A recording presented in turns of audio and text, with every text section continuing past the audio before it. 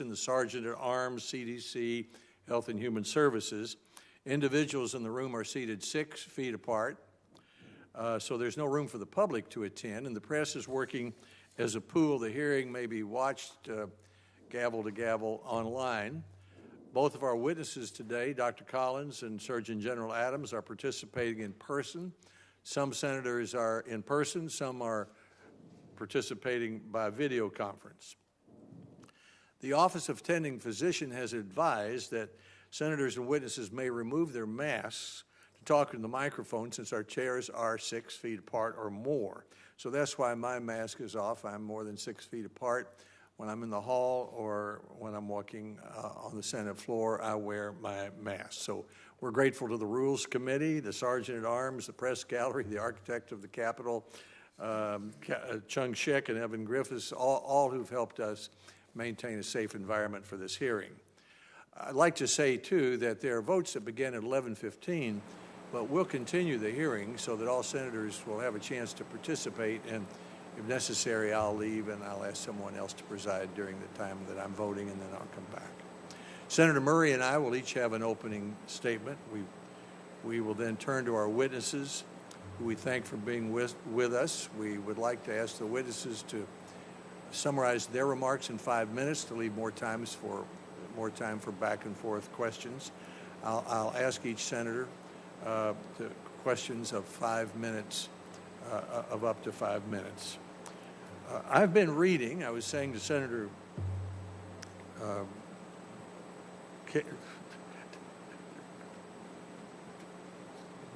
Tim Kaine and Maggie Hassan that I've been reading Guns, Germs, and Steel, the book that Jared Diamond wrote that won a Pulitzer Prize in 1977. He wrote that there's nothing new about epidemics that cause mass deaths and social upheaval. And there's nothing new about where most of the infectious disease come from. Over the last 10,000 years, he says, humans have acquired most of our infectious diseases from animals. During most of history, there were basically 3 ways to deal with these epidemics. One was to isolate the infected, leper colonies, for example. 2, according to Jared Diamond, was that over thousands of years, there have been genetic changes in human populations in response to infectious diseases that cause major outbreaks like smallpox. But that didn't help the Native Americans, who had no resistance when European settlers arrived here, wiping out 90%, for example, of a native tribe by handing them a blanket with smallpox on it because the tribe had not previously been exposed to the virus. And then there's a third way that was most common throughout most of history, and that was really to let her rip. Let the virus run its course through the population until everyone had either been killed or recovered and developed some immunity. Diamond says that the Black Death killed about 1/3 of Europe's population between 1347 and 1351. What's new about epidemics is modern medicine, including the ability to diagnose the disease and create treatments to make it easier to recover. But the true miracle of modern medicine is vaccines, which can prevent humans from acquiring the disease at all. That's why today in all 50 states and the District of Columbia, school children are required to take vaccination for the following diseases: diphtheria, tetanus, the whooping cough, polio, measles, rubella, and chickenpox before entering school. The vaccination will protect the child from getting the disease, which in turn prevents the child from infecting someone else, a pattern that's caused these diseases eventually to disappear. Americans of my generation remember how polio terrified our parents in the early 1940s and 50s. Many saw their children die or be left dependent on an iron lung to breathe for the rest of their lives. Of those who contracted polio, the lucky children were like Senator Mitch McConnell, the majority leader, who was left only with a limp. The disease terrified Americans until Dr. Jonas Salk developed the polio vaccine in the 1950s. After the vaccine was developed, the United States undertook a large-scale vaccination program, and polio was declared eradicated from the United States in 1979. So the purpose of this hearing is to explore the remarkable progression that science is making toward a COVID-19 vaccine to remind parents to have their children to get their childhood vaccines and to encourage as many Americans as possible to get the flu vaccine this fall. First, the progress toward a COVID vaccine. Dr. Collins, the director of the National Institutes of Health, is here today to talk about that. Research and development, Operation Warp Speed, which is working around the clock to develop, manufacture, and distribute a safe, effective vaccine to hundreds of millions of Americans. Some people incorrectly believe that warp speed means cutting corners, but it refers to the extraordinary investment in research, development, and manufacturing scale-up for the COVID-19 vaccine. Perhaps most significantly, the Biomedical Advanced Research and Development Authority, we call it BARDA, has taken up the unprecedented step to help speed up manufacturing for hundreds of millions of doses of the vaccine early in the process so they can be ready as soon as the new vaccines are approved by the Food and Drug Administration. In other words, they're being manufactured before they're approved, and if they're approved, they'll be ready to distribute, and if they're not approved, they'll be thrown in the dumpster. Despite the speed with which scientists are developing a COVID-19 vaccine, Dr. Hahn, the commissioner of FDA, said the administration is not, or his agency, quote, is not skimping on its review of safety and efficacy. This is going to be a science, medicine, data decision. This is not going to be a political decision, Dr. Hahn said. That means that if the FDA determines that a vaccine is not safe or effective after reviewing the science and clinical trial results, the vaccine will not be distributed. At the same time, CDC is working on a plan to distribute the vaccine as soon as they are authorized or approved, prioritizing vaccines for healthcare workers and vulnerable populations. CDC's plan will be a fair system informed by nonpartisan health experts from the National Academies of Science, Engineering and Medicine, and the Advisory Commission on Immunization Practice. As inevitably happens, some have suggested, well, you're speeding up the vaccine because an election is coming, and you've asked states to get ready to distribute it because an election is coming. Well, I was thinking this morning, what if Dr. Collins showed up and Dr. Adams saying, well, it'll be 5 years before we're going to get a vaccine?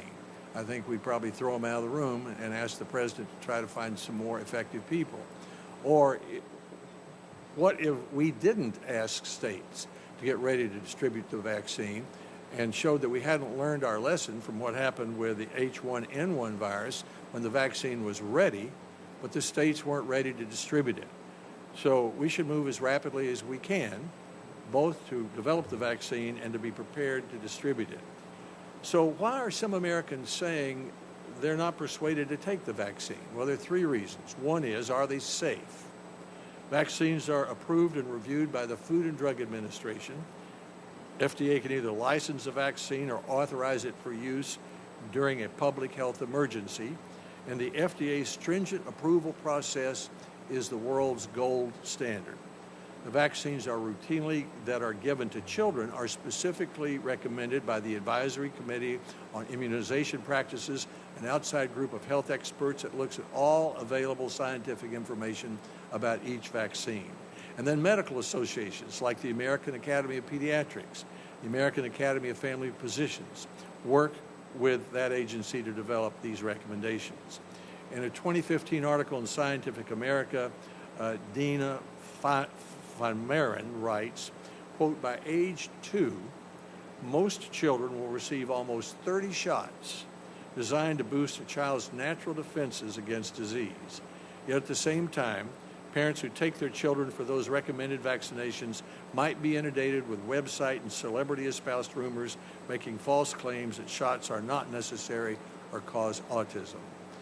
She continues, quote, at best, navigating this landscape can be confusing, but when weighing the risks of encountering life-threatening disease against the benefits of receiving a vaccine, there's no contest. The vast majority of children do not experience anything worse than short-lived redness or itching at the spot of the injection, quote. And then, are they effective? According to CDC, there's evidence that smallpox was ravaging humans as early as the 3rd century BCE. The disease killed 3 out of 10 people who were affected. Then in 1796, an English doctor named Edward Jenner saw that milkmaids who'd gotten cowpox seemed to be immune from smallpox. So he scratched some pus from a cowpox blister on an 8-year-old boy, and the boy became immune to smallpox. Jenner published his results in 1801, leading to the development of mankind's first ever vaccine, and no one on Earth has naturally acquired smallpox since 1977. It has been officially eradicated. Polio was one of the most dreaded childhood diseases. Following introduction of vaccines, specifically the vaccine in 1955 and then another in 1963, the number of polio cases fell rapidly to less than 100 in the 1960s, fewer than 10 in the 1970s, according to CDC. Thanks to a successful vaccination program, the United States has been polio-free since 1979. Diphtheria terrified patients in the 1920s, but today there are only a few cases a year, according to AAP, which attributes the change to vaccinations. And then, is the doctor's office safe? The panic has made some parents leery of the doctor's office, but analysis of patient records, according to the Wall Street Journal, shows that the immunization rate for recommended routine childhood vaccines has declined about 40% from late February through mid-April. So for parents who are worried about taking their children to the doctor, the American Academy of Pediatrics says pediatricians are working to make their offices as safe as possible. They say they're among the safest places you can be. Don't be afraid to take your child to see your doctor. I started my statement with comments from Jared Diamond, and I'll end with a warning he wrote recently.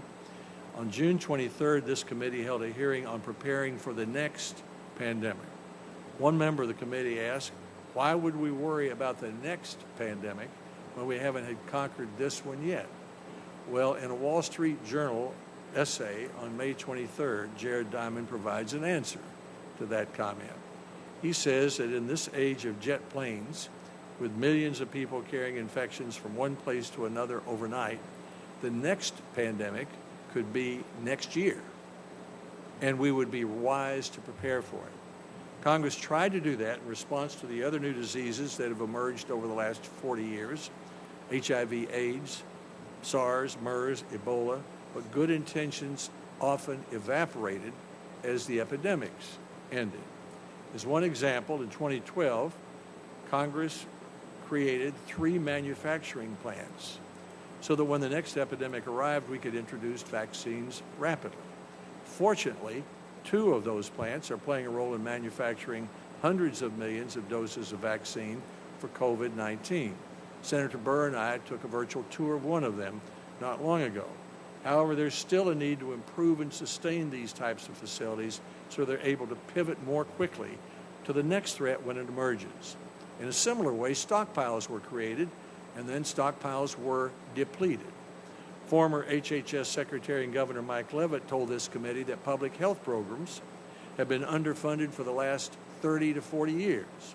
The nation goes, he said, from panic to neglect to panic. Fortunately, thanks to an unprecedented effort by the private sector and our government, as well as scientists around the world, there's likely to be a COVID-19 vaccine ready for the most vulnerable citizens by the end of the year, and hundreds of millions of doses available in 2021. Some of the challenges apart from finding a vaccine are how to distribute it, to whom should it go first, and how to persuade Americans that it's safe to take. But while we're in the midst of dealing with this pandemic, it would be wise to remember in any legislation that Congress passes this year to make sure that onshore manufacturing plants are functioning, stockpiles are full, public health is properly funded, and states have the right tools and resources. The reason to do that now, while our eye is on the ball, is that the next pandemic, as Jared Diamond wrote, could be next year. Senator Murray. Well, thank you very much, Mr. Chairman. And while you still have a few months left, as well as a few more hearings, I do want to start off by saluting you for your many years of service to this country, including as Senator and Chairman of this committee. I know my Democratic colleagues and I will miss you next year. On the topic of today's hearing, Mr. Chairman, our country is in the middle of a painful crisis. The COVID-19 pandemic has crowded hospital intensive care units, it's emptied schools, it's shuttered businesses. It has deepened damaging health disparities among Black, Latino, and tribal communities, people with low incomes, and people with disabilities. It has ravaged prisons and nursing homes and other congregate care facilities. It has strained our economy, our mental health, and a lot more. It has claimed around 190,000 lives so far and more each day. Unfortunately, instead of leading us in the war against this virus and fighting the pandemic, President Trump is fighting public health experts. Instead of supporting facts and science, he is supporting conspiracies.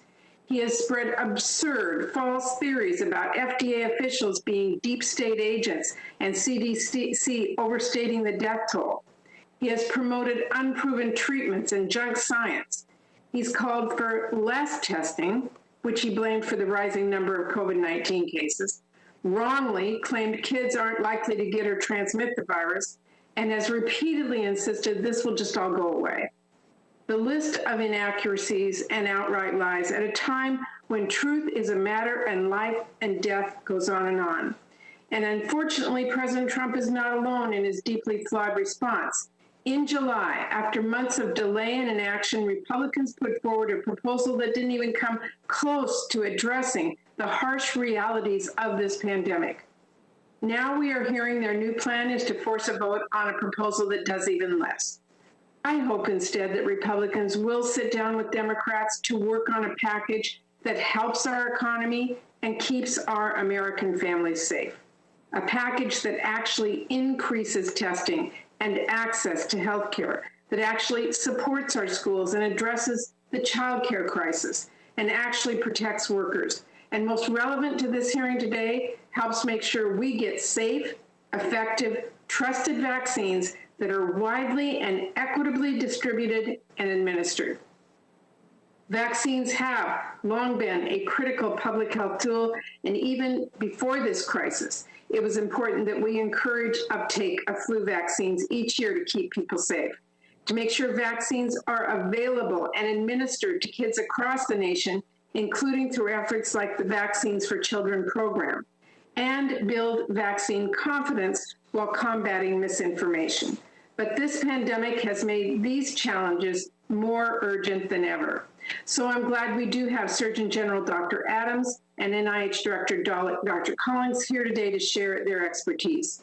But I'm also frustrated that despite my request to the chairman, FDA Commissioner Dr. Hahn and CDC Director Dr. Redfield were not invited to testify today. Those agencies play a very critical role in developing and distributing vaccines and should be here today. Hearing from them is even more urgent in light of recent political interference. By waiting to bring them before the committee, we are losing valuable time to avoid costly mistakes. In the past few weeks, we've not only watched President Trump directly promote conspiracies about FDA and CDC, we've also seen reports that he exerted political pressure on FDA to issue an emergency use authorization for convalescent plasma, and on CDC, which changed testing guidelines to be more restrictive with no justification and running counter to the consensus of public health experts from across the country. And these aren't the first reports of political interference. The Trump administration has previously promoted unproven treatments like hydroxychloroquine and blocked CDC guidance for community reopening. Recently, FDA Commissioner Hahn announced he was prepared to authorize a COVID-19 vaccine before phase 3 trials were complete, but without providing any guidance about when that would be appropriate. When it comes to a COVID-19 vaccine, we cannot allow President Trump to repeat his alarming pattern of putting politics ahead of science and public health. FDA scientists' efforts to ensure the safety and efficacy of vaccines must not be undermined by political meddling. CDC's role in distributing a vaccine and prioritizing who receives the first doses must not be supplanted by politicians or campaign strategists or corporate lobbyists. And if we are going to begin to turn the page on this pandemic, people across the country must not have any doubt in this process or in the final product, which is why we need to hear directly and immediately from our public health agencies about how they will prevent political interference and why we need to push for the transparency required to hold this administration accountable.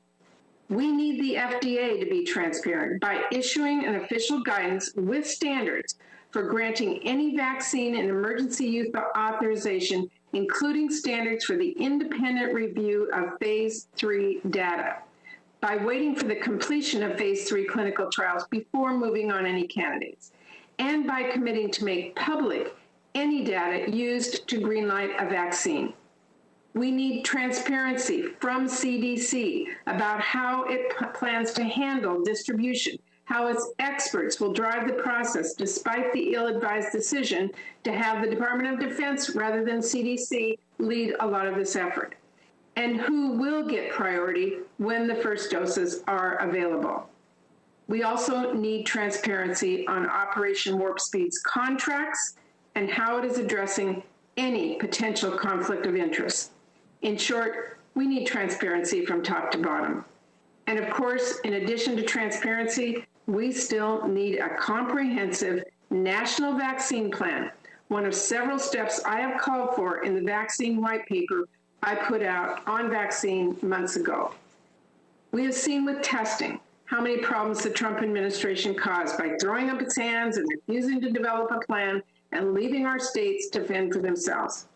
Testing is an ongoing catastrophe, and we cannot risk a repeat performance when it comes to vaccines.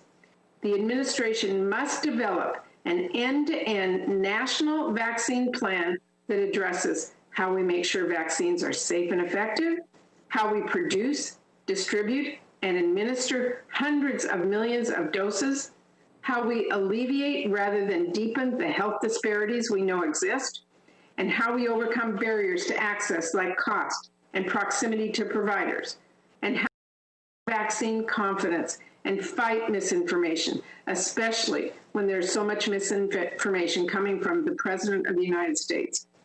Developing and distributing safe, effective vaccines is a huge undertaking, and one that cannot be accomplished without a strong science-driven leadership from the federal government.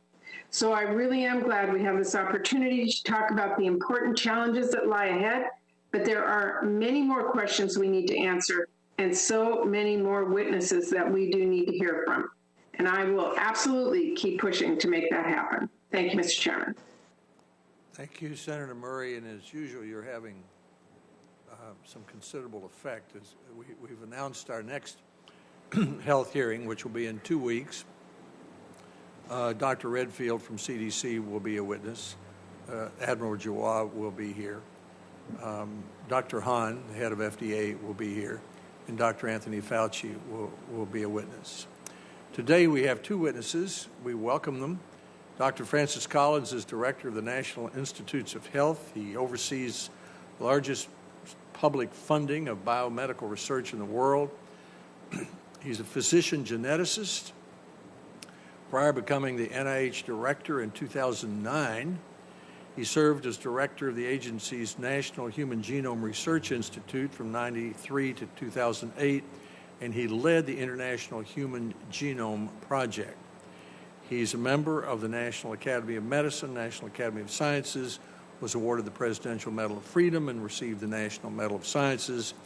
He's a graduate of Virginia and Yale, University of North Carolina School of Medicine, and he's the only National Institute of Health director I know who's ever played the guitar at the Bluebird Cafe in Nashville and played it pretty well, I might say. Next, we hear from Vice Admiral Jerome Adams, Surgeon General of the United States. He oversees U.S. Public Health Service Commission Corps, a group of over 6,000 public health professionals working throughout the federal government for the advancement of public health. He previously served as the Indiana State Health Commissioner. He led that state's response to Ebola, HIV, and Zika. He was staff anesthesiologist and assistant professor at the Indiana University School of Medicine. He's been at the University of Maryland, Baltimore County, where he obtained a degree, a master's from University of California at Berkeley, an MD from Indiana University, where he completed his residency. Welcome to both witnesses. Dr. Collins, let's begin with you. Well, thank you very much, and perhaps we could get the visuals up on the screen if that's possible. Chairman Alexander, Ranking Member Murray, and distinguished members of this committee, thank you for inviting me to discuss Operation Warp Speed and the importance of developing safe and effective vaccines.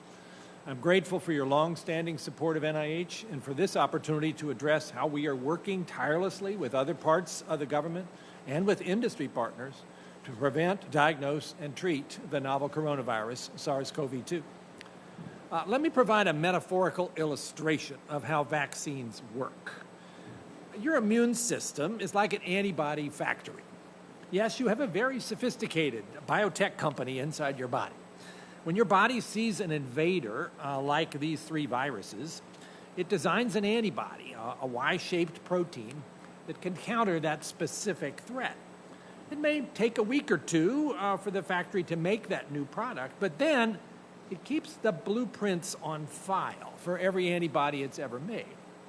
The goal of a vaccine, therefore, is to present a completely harmless part of the virus to your body, allowing your factory to work out an effective production strategy. Now, if at some time in the future the actual virus enters your body, your factory can quickly pull out the blueprints and ramp up production, wiping out that virus before it has a chance to multiply and make you sick. For COVID-19, there are 6 vaccine candidates engaged in large-scale U.S. trials. Each vaccine has already undergone rigorous testing in animals, followed by phase 1 safety testing in a small group of humans.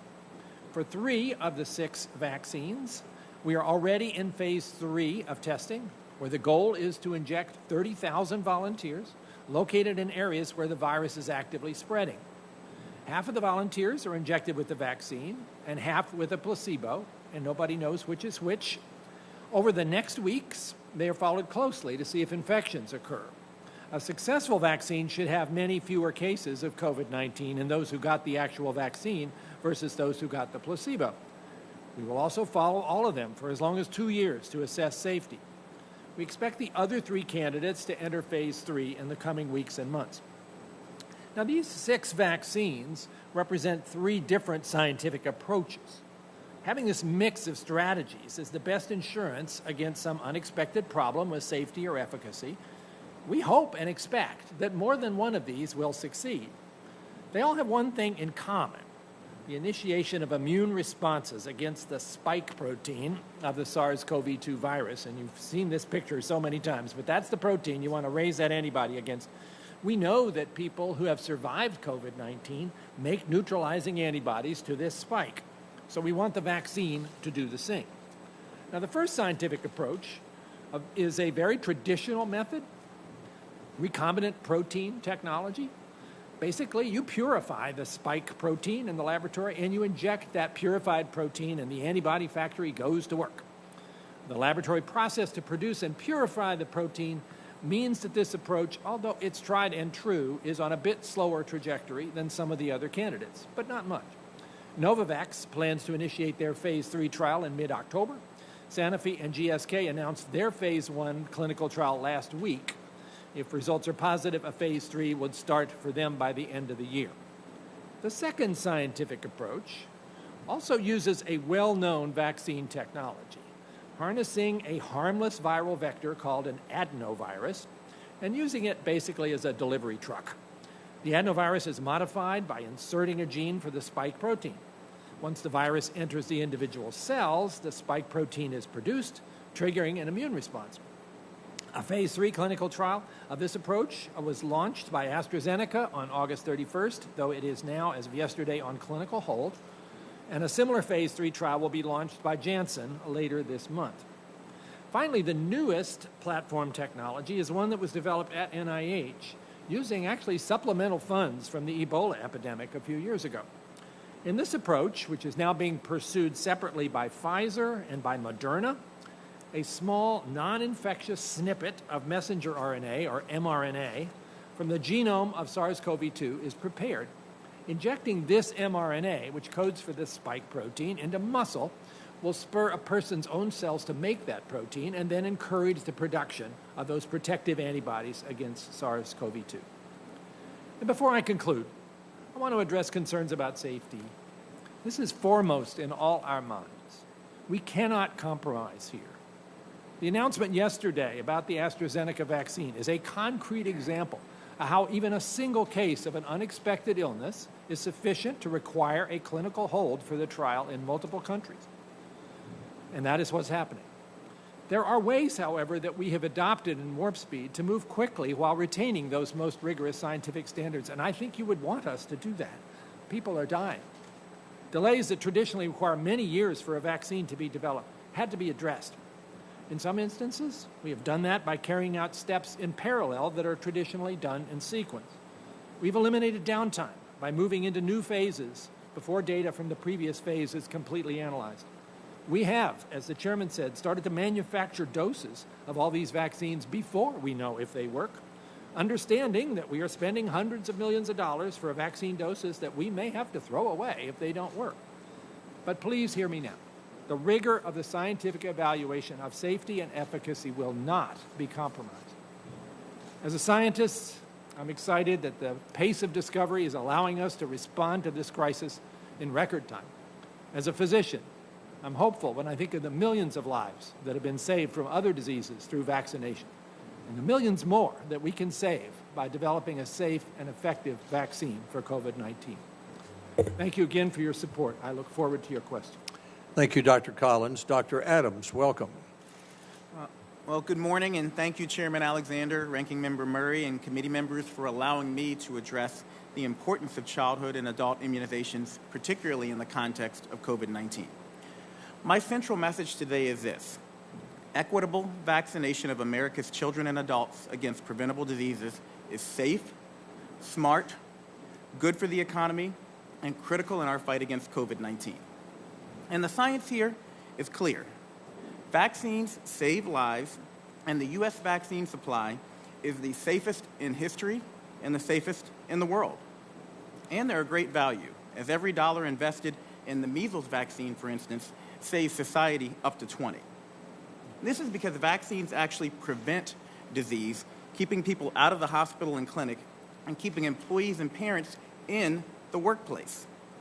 Yet, despite these benefits, less than half of adults get a yearly flu vaccine.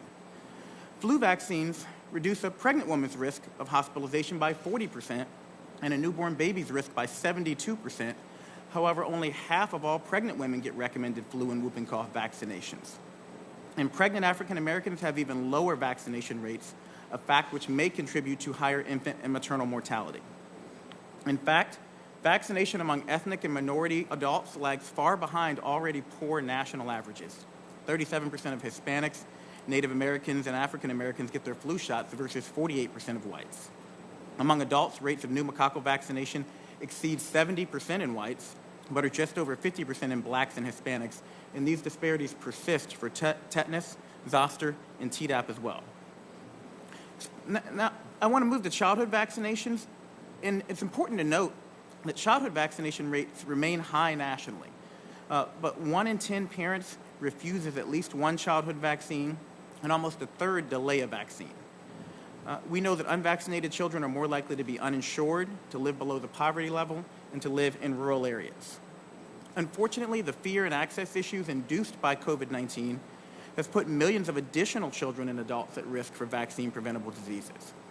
So to ensure the benefits of vaccines for all Americans, we must acknowledge and address obstacles to vaccination, and in particular those encountered by racial and ethnic minority communities.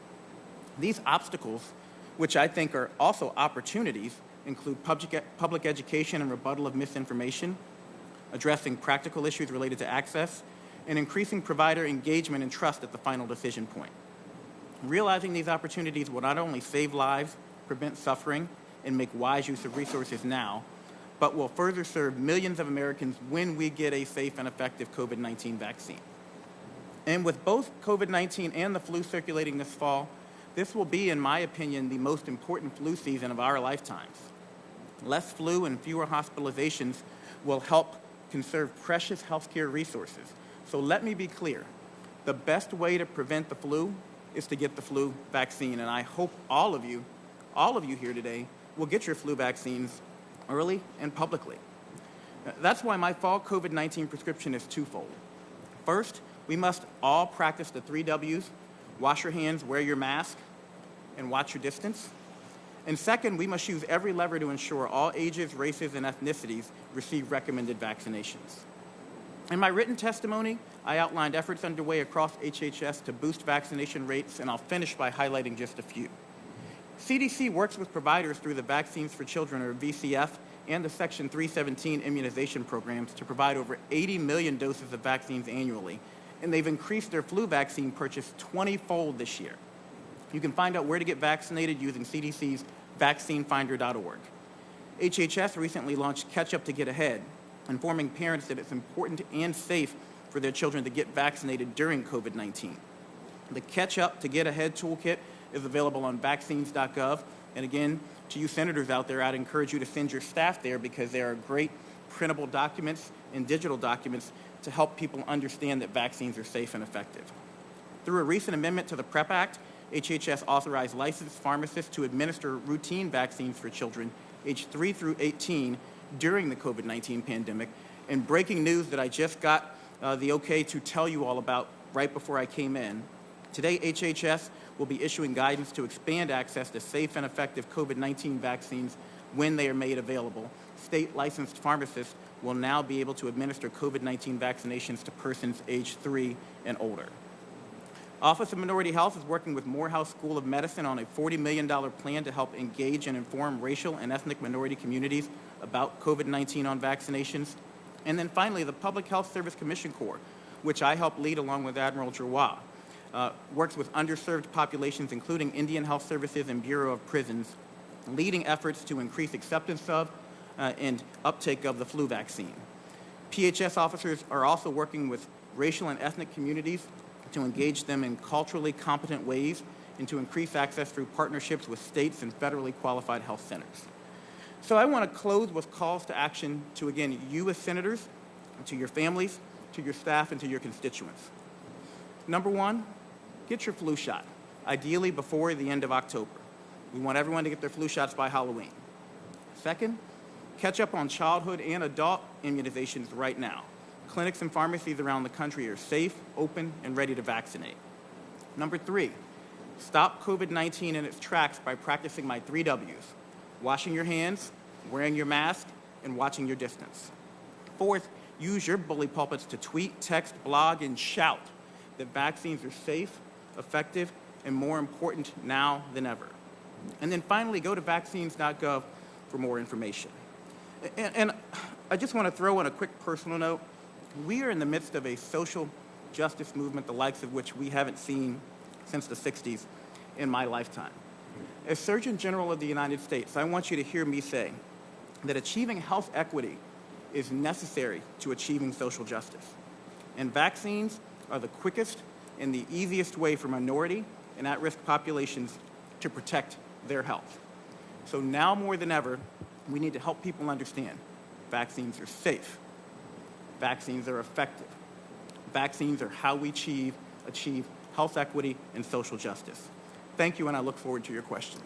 Thank you, Dr. Adams. We'll now begin a round of 5-minute questions. I'm going to ask senators to try to, and the witnesses to try to keep the questions and the answers within 5 minutes so all the senators have a chance to participate with the votes coming up. Dr. Collins, let's take the announcement to which you referred about AstraZeneca slowing its trials this morning, or stopping it. What does that do to the effort, to the goal of producing hundreds of millions of vaccines by the end of the year? We've always said that if a vaccine is not safe and doesn't work, we'll throw away the vaccines that are manufactured. But let's say AstraZeneca or one of the others doesn't work or isn't safe, but we still have enough vaccines? Thank you, Senator. The reason that we're investing not in one, but 6 different vaccines is because of the expectation that they won't all work, although it would be lovely if they did. To have a clinical hold, as has been placed on AstraZeneca as of yesterday because of a single serious adverse event, is not at all unprecedented. This certainly happens in any large-scale trial where you have tens of thousands of people invested in taking part, and some of them may get ill. And you always have to try to figure out, is that because of the vaccine, or were they going to get that illness anyway? And with an abundance of caution at a time like this, you put a clinical hold, you investigate carefully to see if anybody else who received that vaccine or any of the other vaccines might have had a similar finding of a spinal cord problem. So this ought to be reassuring to everybody listening. When we say we are going to focus first on safety and make no compromises, here is Exhibit A about how that is happening in practice. If it turns out that that is a real consequence of this vaccine and can be shown to be cause and effect, then all the doses that are currently being manufactured for that will be thrown away because we do not want to issue something that is not safe. As I understand your description, when I take a COVID-19 vaccine shot, it doesn't give me COVID. It sits at one time in the history, I guess, that was the way with smallpox, for example. You gave somebody a mild case of smallpox and hoped they recovered and were inoculated. But when you take a vaccine shot for COVID, you're not giving me COVID, correct? Absolutely. The old way of making vaccines, and it is still done in some instances, is to take the actual virus, inactivate it in a certain way, or kill it, and then use that as the way of inducing an immune response, hoping that you were completely successful in that inactivation. None of the vaccines I'm talking about today are done that way. They are taking a small bit of the virus, namely that spike protein, and putting it into a fashion that the body can raise an antibody to it. But that's all you're getting is that part, that little bit of the virus. You're not going to get infected by COVID-19 by any of these, I promise you. The Center for Disease Control said that last year the flu vaccine was 39% effective, and that last year between 24,000 and 52,000 Americans, 24,000 and 62,000 Americans died of the flu. On the other hand, the polio vaccine seems to be 100% effective. If you get the polio vaccine, you don't get polio.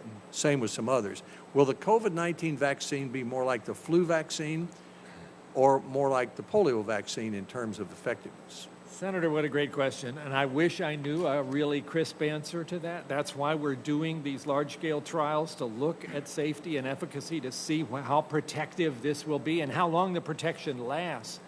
If I had to guess, I would say this is probably a better virus for a vaccine to really work well than the influenza virus, which is a tough one because it's changing every year, and that's why we have to be getting a new shot every year.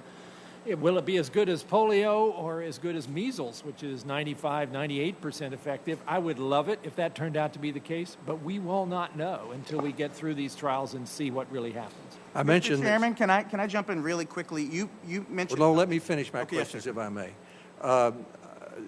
Between 24,000 and 52,000 or 62,000 Americans died of flu last year. Is it possible that the hand washing, masking, and 6 feet staying apart practices will mean that we'll have fewer deaths from flu this year? It is entirely possible, and that would be, I guess, a silver lining of this very difficult year we're all living through. It's already been observed in the southern hemisphere that's gone through their flu season already, that they had a lower number of cases of influenza by far than usual. And again, they've been practicing, most of them, the same kind of measures that we're talking about. So we might, in fact, benefit that way, but that is no reason for anybody to say, oh, we'll be fine. Get your flu shot, everybody. This is a really important year to do that, as the Surgeon General has already emphasized. Thank you very much. Senator Murray. Oh, thank you very much, Mr. Chairman. And Dr. Collins, as I said, I've been very concerned about political interference in decision-making we've seen in this administration's response and the impact it might have on the acceptance of a vaccine. I wanted to ask you what steps you think federal agencies should be taking right now to build trust with the American people and develop airtight processes to make sure science and public health, not political interests, dictate decision-making for COVID-19 vaccines. Well, thank you, Senator. I'm a scientist, and I believe that the best way we can engender that kind of trust is by being as transparent as possible, and you used the same word in your opening statement, so that people can see the facts. There's so many conspiracy theories out there right now, even before we have a vaccine that's come anywhere near to being judged safe and effective, about what's going on here. Some of those are breathtaking in terms of their stretch of the imagination, and yet sometimes people seem to attach themselves to those. So our best antidote is to say exactly what we're doing. I'm reassured, and I hope it will be reassuring to you, that there are a number of steps in terms of how vaccines are going to be evaluated that are going to give that kind of sense of scientific objectivity. First of all, none of these trials will go even to an FDA review until the DSMB, the Data and Safety Monitoring Board, which is the only group that gets to see what happened as far as protection, as far as safety events, looks at the data. And these are not federal employees. These are very experienced, qualified scientists. Only when they say something's happening here that looks like it might be actually worth reviewing does this get brought forward. I hope you also saw the 9 CEOs of the companies involved in vaccine development all signed a statement that they won't put forward something to FDA until they're convinced that it meets the highest standards of safety and efficacy. And then FDA has its own advisory process, and Commissioner Hahn, who will speak to you all in 2 weeks, has already said that he will use this vaccine and related biological products advisory committee, the VERB PAC, to advise about any idea of using an emergency use authorization for this purpose. So you can be confident in that as well. I think if we can put all of that information forward in a way that's digestible, I'm hoping it will help turn the tide in what is right now a troubling situation where a lot of people are quite skeptical about this vaccine. And what a heartbreak that would be if we go through all of this, we come up with a vaccine that is safe and effective. We've already lost 190,000 people. We could prevent many more deaths, and yet people are afraid to use it. We can't let that happen. Yeah, well, Dr. Adams, let me ask you, because polls show that about 35% of Americans wouldn't get a COVID vaccine, even if it were FDA approved and available to them at no cost. If confidence in COVID-19 vaccines is eroded by political interference or misinformation, what impact would that have on a successful COVID-19 vaccination campaign, as well as vaccine confidence for years to come? Well, thank you so much for that question. And I think it's important that we start understanding that we have unprecedented levels of vaccine hesitancy in our country and globally. The World Health Organization has called this one of their top 10 public health threats. I think it's also important to understand that we have a once-in-a-century global pandemic superimposed on top of a presidential election, and that's made messaging even more difficult and concerning. Here's what I can tell you. As a member of the coronavirus task force, there has been no politicization of the vaccine process whatsoever. We have a process in place that I trust as a doctor, as a dad. I get vaccinated every year. I get my family vaccinated every year, and we will be in line. I appreciate that, and I'm running out of time, so I just wanted to say we need vaccine confidence, and that's really important, and political interference can be a huge detriment to that, so can misinformation. Are you making sure the president understands that risk? I am using my bully pulpit as Surgeon General to make sure the entire country understands that vaccines are safe and effective in this COVID vaccine. I'm telling people to focus on the process over the politics and the people, because the process is what will assure us that these are safe. Okay, and Dr. Collins, you mentioned in your answer to me the Data Safety Monitoring Board. I'm concerned about the lack of transparency around the role of these boards in evaluating the safety and efficacy of COVID-19. Who sets the standards for the DSMBs to determine the data, whether the data from a phase 3 trial show a vaccine is safe and effective enough to end that trial early, as some have said?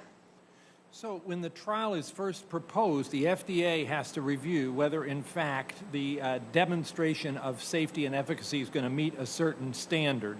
And that means you have to have a proof, and FDA has already said this, that the vaccine is at least 50% effective. If it's less than that, it doesn't meet that standard. The DSMB has those particular parameters in front of them, and they, with very careful statistical expertise... Who sets those standards? Sorry? Who sets the standards DSMB uses? The FDA. And does NIH have access to those? We are certainly consulted, but it is FDA's authority and responsibility to set those standards. Okay. I hope that NIH has that critical information. It's alarming if they don't.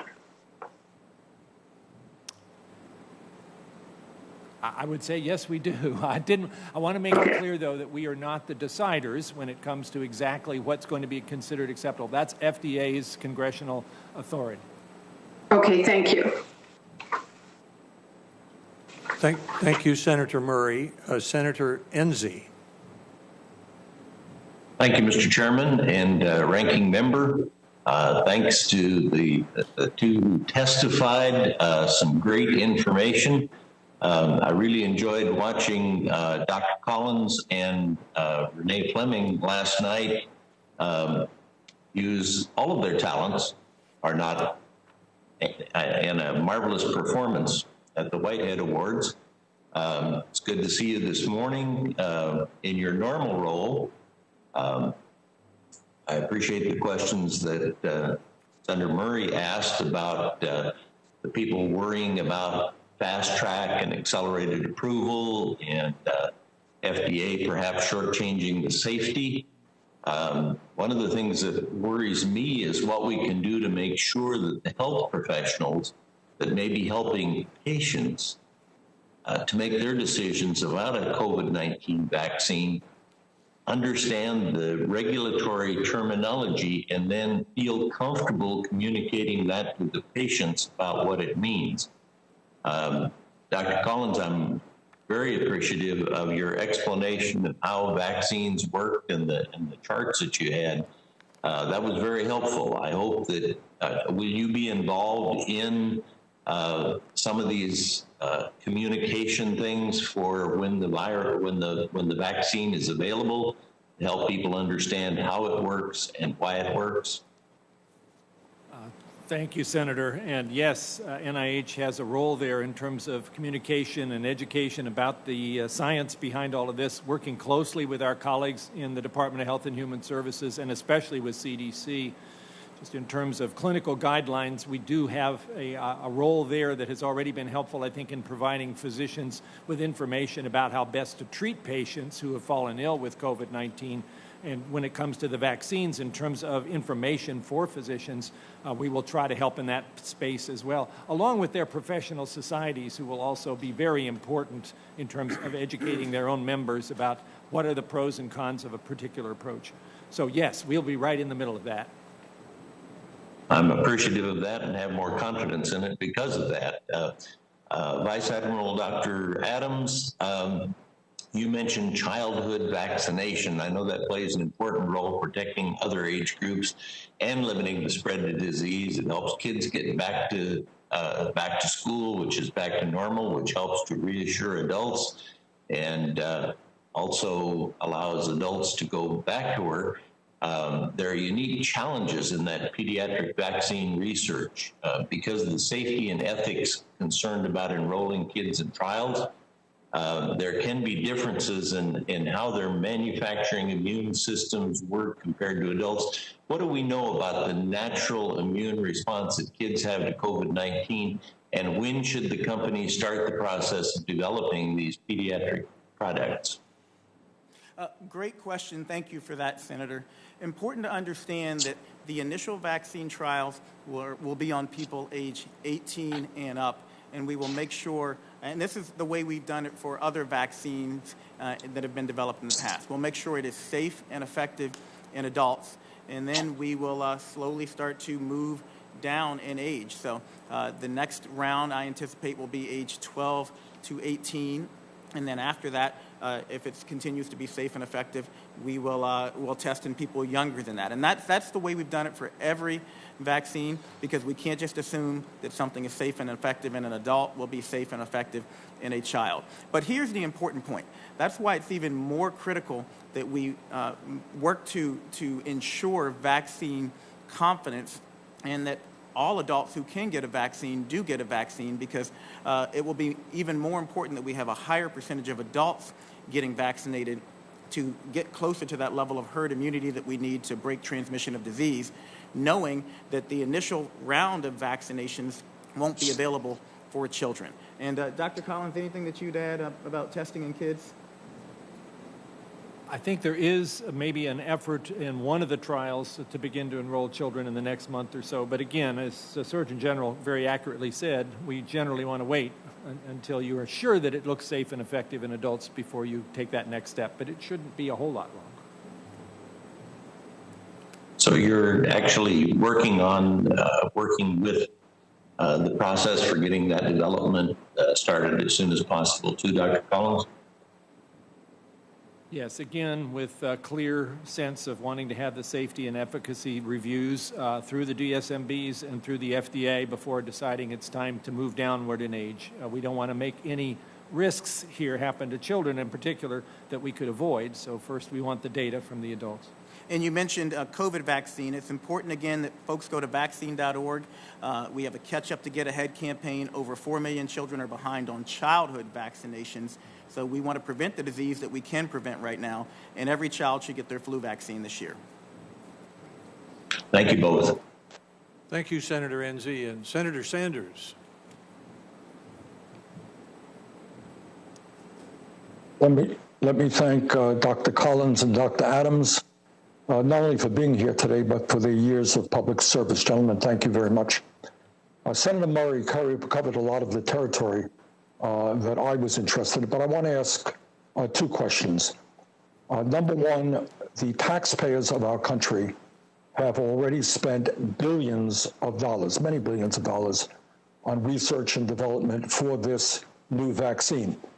And it seems to me with that type of development and with the fact that we have some 90 million Americans today who are uninsured or underinsured, it seems clear to me, and I think a number of other senators, that we must make that vaccine free of charge to all people if we want to maximize the number of people who will, in fact, get it, and given the fact that we have already paid for it. This is something I'm going to be working very hard on. Other senators will as well. Will you join us in the effort to make sure that this vaccine will be distributed free of charge to all Americans? Senator Sanders, this is Surgeon General Vice Admiral Adams here. Thank you for bringing that up, and I will give you a very direct answer. Yes, as Surgeon General of the United States, I promise you we will use every federal tool that we have to make sure that cost is not an obstacle for people receiving what will perhaps be the most important and highly anticipated vaccine of our lives. And I share that 100%. Okay, I thank you both for that very definitive statement. Is that the posture of the administration right now? Is the administration saying that that vaccine will be distributed free of charge to all Americans? I asked that question right before I came in to make sure, because I feel strongly about this. The most honest answer I can give you is to the extent that we can ensure that from a federal perspective. Yes, as you know, there are things we can do in the executive branch. There are things that you all can do through the legislative branch. But every tool that we have, we will bring to bear to make sure that cost is not an obstacle. Good. Well, thank you very much for that answer, gentlemen. Let me raise another issue, and it's an issue that Senator Murray touched on. Recently we had a president, the President of the United States, telling us that this vaccine will be ready to go or developed before Election Day, not a week after the Election Day, not 2 weeks after, not a month after, but before Election Day because of his great leadership, and that it would have taken President Obama years more to develop that process. What we need is assurance from scientists and doctors like yourself and from others in the administration to make it clear that this president is not speaking for the scientists of this country, that you believe, as I believe, and I think every member of Congress believes, we need to get that vaccine out to the American people as quickly as possible, whether it is a week after Election Day or 6 months after Election Day or before Election Day. But what is most important is that that vaccine is safe and ready to go.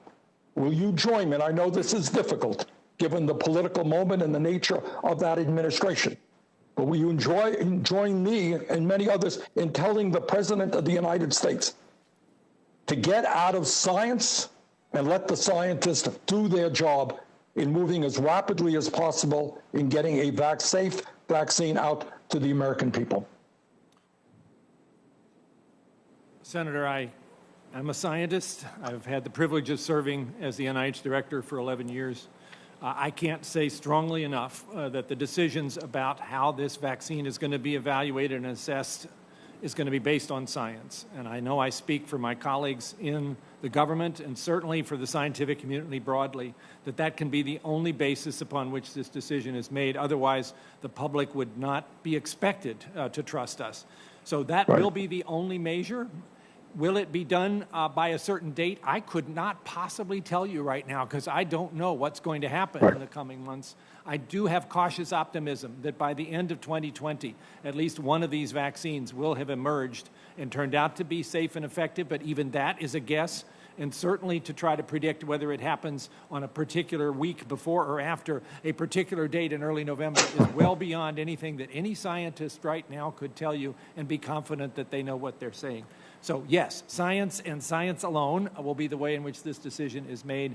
Otherwise, I'll have no part of it.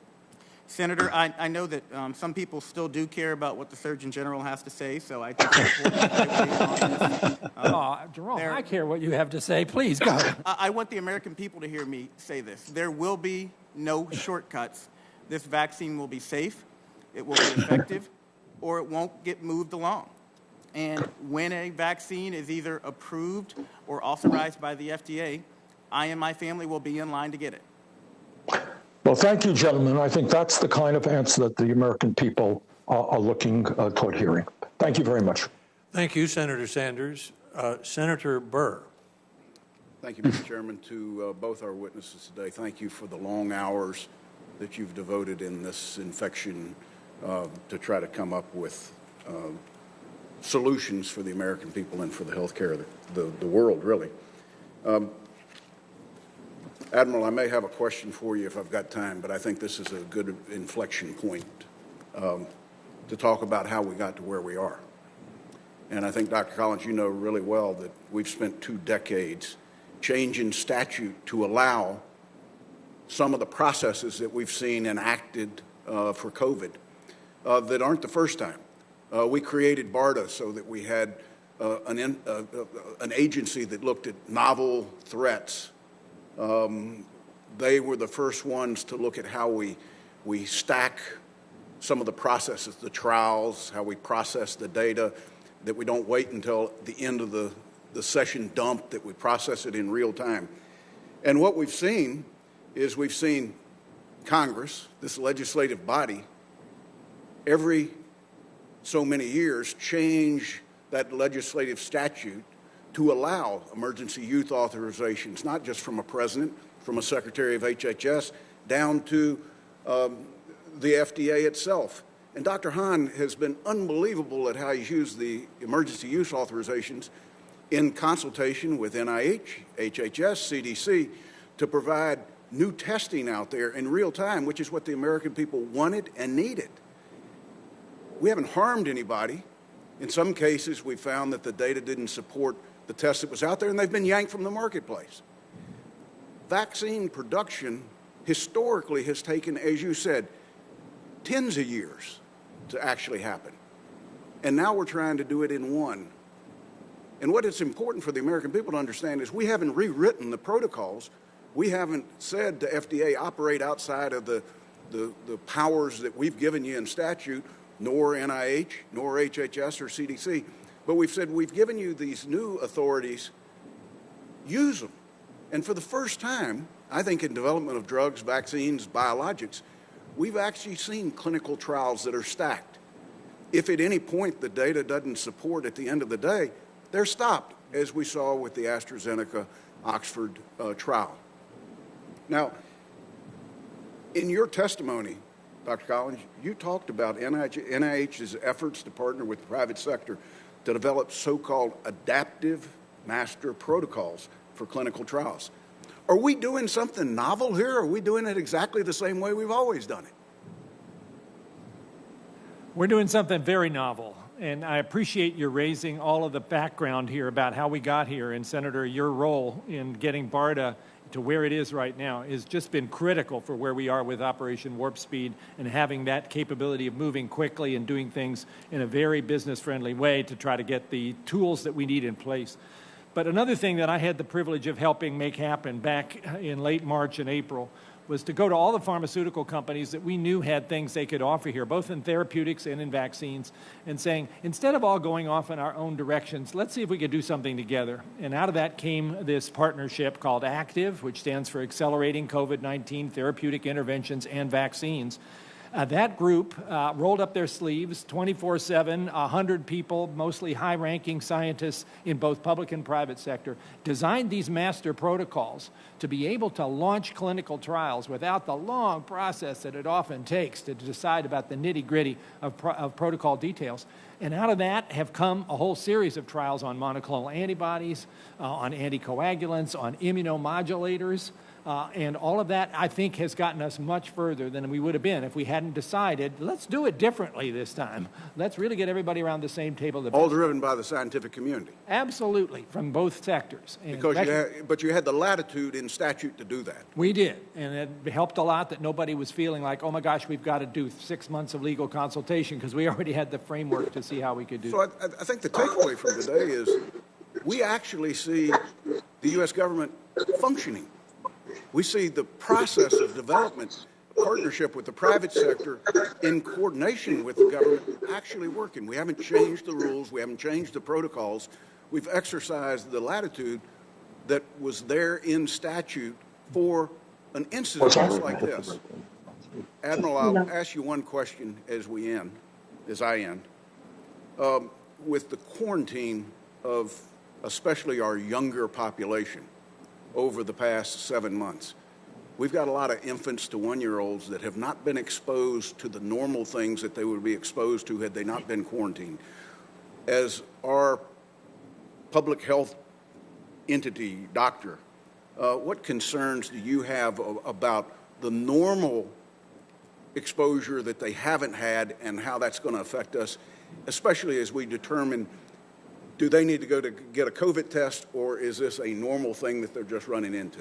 Well, I'm incredibly concerned about, again, the fact that over 4 million, almost 5 million children are behind on their vaccinations because of the COVID-19 pandemic, their regular childhood vaccinations. I'm concerned about the levels of herd immunity amongst the populace because adults and children now haven't gotten their vaccinations that they normally would have, and that lowers the levels of herd immunity. For measles, for instance, we know you need 90 to 93% of people in a community to be vaccinated in order to have herd immunity and prevent an outbreak like we saw in New York. And so it is critically important to protect our youngest and our most vulnerable, that everyone who can catch up on their vaccinations gets caught up on their vaccination. Admiral, we need to move on to the next yes. Senator. Thank you. Thank you. Thank you, Mr. Chairman. Thank you, Senator Burr. Senator Casey. Mr. Chairman, thank you very much for the hearing. I want to thank you and Senator Murray for having this hearing as we start this new work period. And I want to thank Dr. Collins and Dr. Adams for their appearance as well as their testimony and their public service.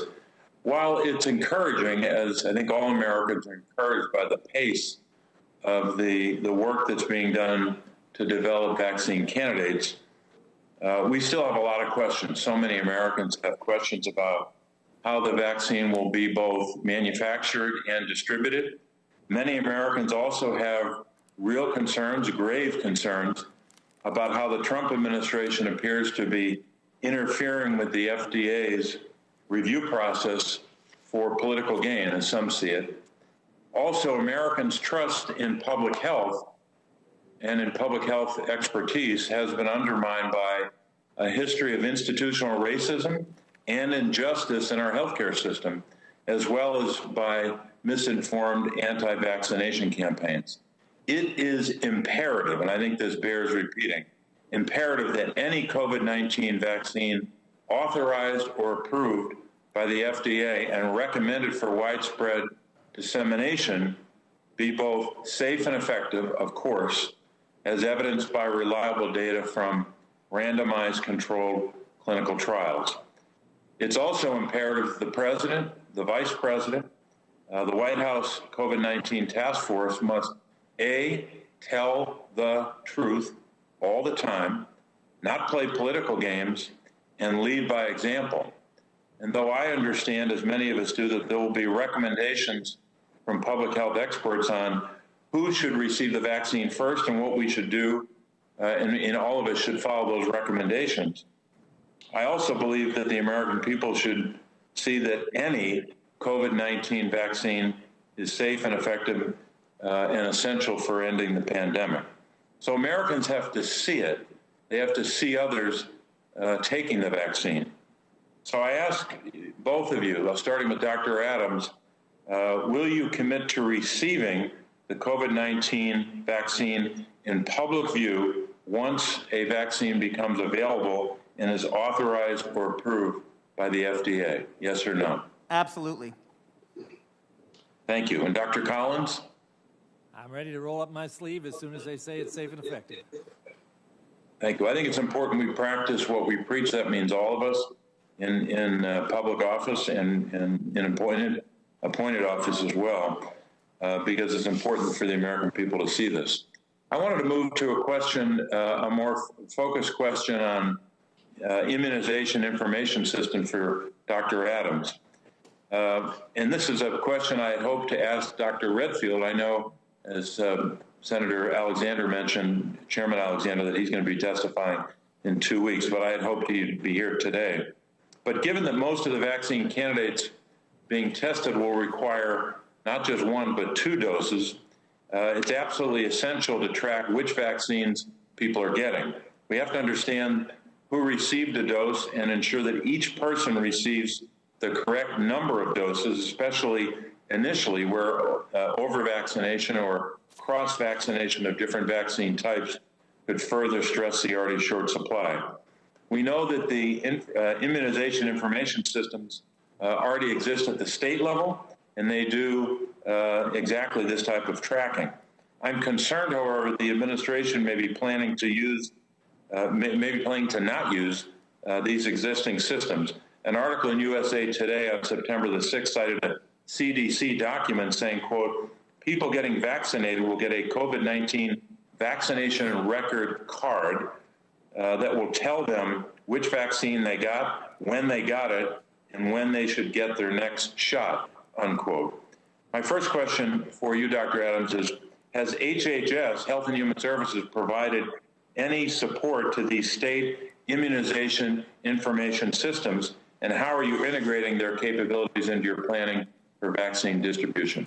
Well, very quickly, we are working with states, with advisory committees, and with professional organizations to figure out the distribution of what will likely be the most logistically difficult vaccine that we've ever deployed. We recognize that there are infrastructures in place at the state level through the Vaccines for Children's program, and we're going to lean on that existing infrastructure. And so what I can promise you is we're going to work with all the appropriate partners, and we're not going to try to reinvent the wheel when we don't have to.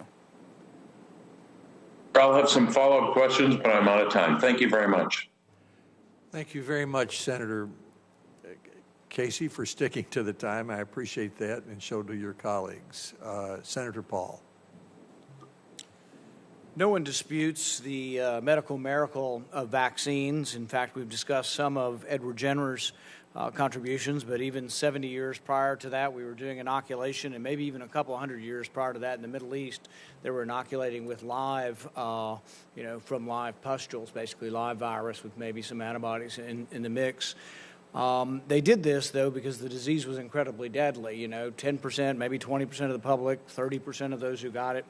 But not every disease is the same, and I think that's what annoys me some about the discussion is that we think everything is smallpox, and we say submit or else, and you can't go to school unless you get this. And this is the debate we're going to have, is how mandatory and what are we going to do to people. But there is a difference between smallpox. So you had 10 to 20%, maybe even 30% mortality. For children with COVID, from the CDC website, it's 0.68 per million. So we are talking about a different disease here. And while the recommendation on vaccines may be appropriate, I think each individual needs to make their decision. If we're prioritizing it, the death rate for those in their 80s or those in nursing home is incredibly high, 10-fold, 20-fold, maybe 100-fold higher. It's significantly higher, and so that's where the priority should go. But really, I think each individual in a free society should assess the risks of the disease versus the risks of the vaccine. But it's important that we not get so carried away with, we have a vaccine, everybody's got to have it, and you, a kid, can't go to school, and we're going to ostracize you if you don't take it.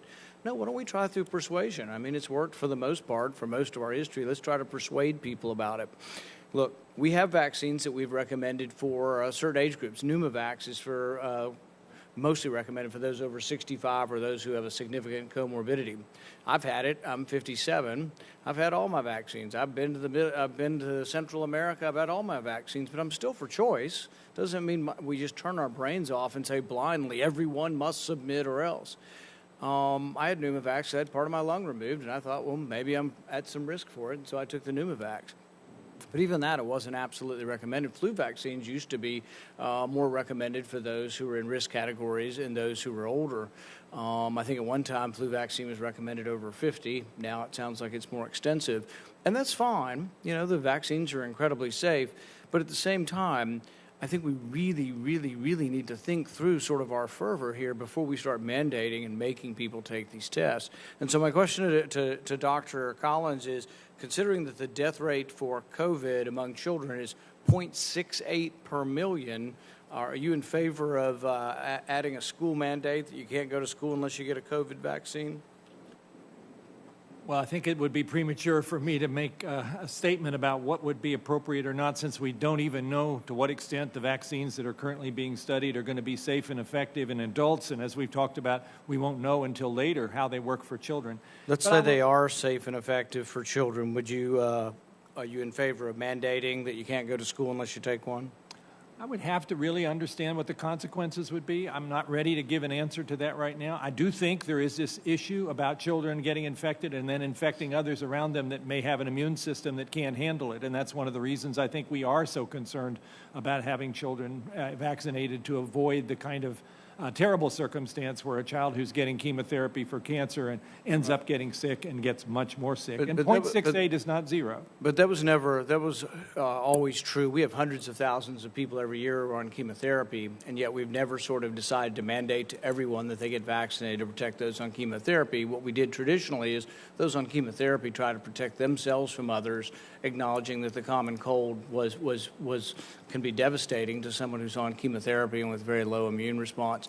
So it's important that we think about that and we not say that we're going to mandate to everyone because of a certain population. If we have a vaccine that works, by all means, let's try to vaccinate everybody that's willing to voluntarily take it, particularly in the nursing homes, those in the elderly.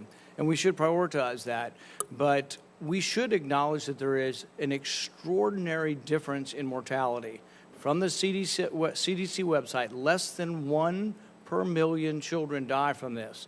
So that has to be weighed into the fact of whether or not you're going to mandate. If you're going to tell every kid in America they can't go to school and you're not willing to tell me you're not, that's a big deal. The death rate is less than 1 per million, and if we're going to mandate you can't go to school without that, when you look at contact tracing studies in China, the Netherlands, Bermuda, and England, we find very little transmission. I just talked to a gentleman who runs a school called, can't remember the name of the school in North Carolina. They have 6,000 students and teachers. They've been open for 8 weeks. They have 0 cases. Lots of schools have been open. It's a question we need to answer and we need to discuss and not have it all be about fear, fear, fear. The truth of the matter is kids don't get it as often, don't transmit it as often, and rarely die from it. And so we need to tell the truth about the statistics and not overblow the statistics into telling people something that's not true. But that's also why the decision-making ought to be decentralized, where people in Washington don't get to tell everybody what to do. Every individual, every thinking individual in a free society gets to make those choices. Thank you. Thank you, Senator Paul. Senator Baldwin.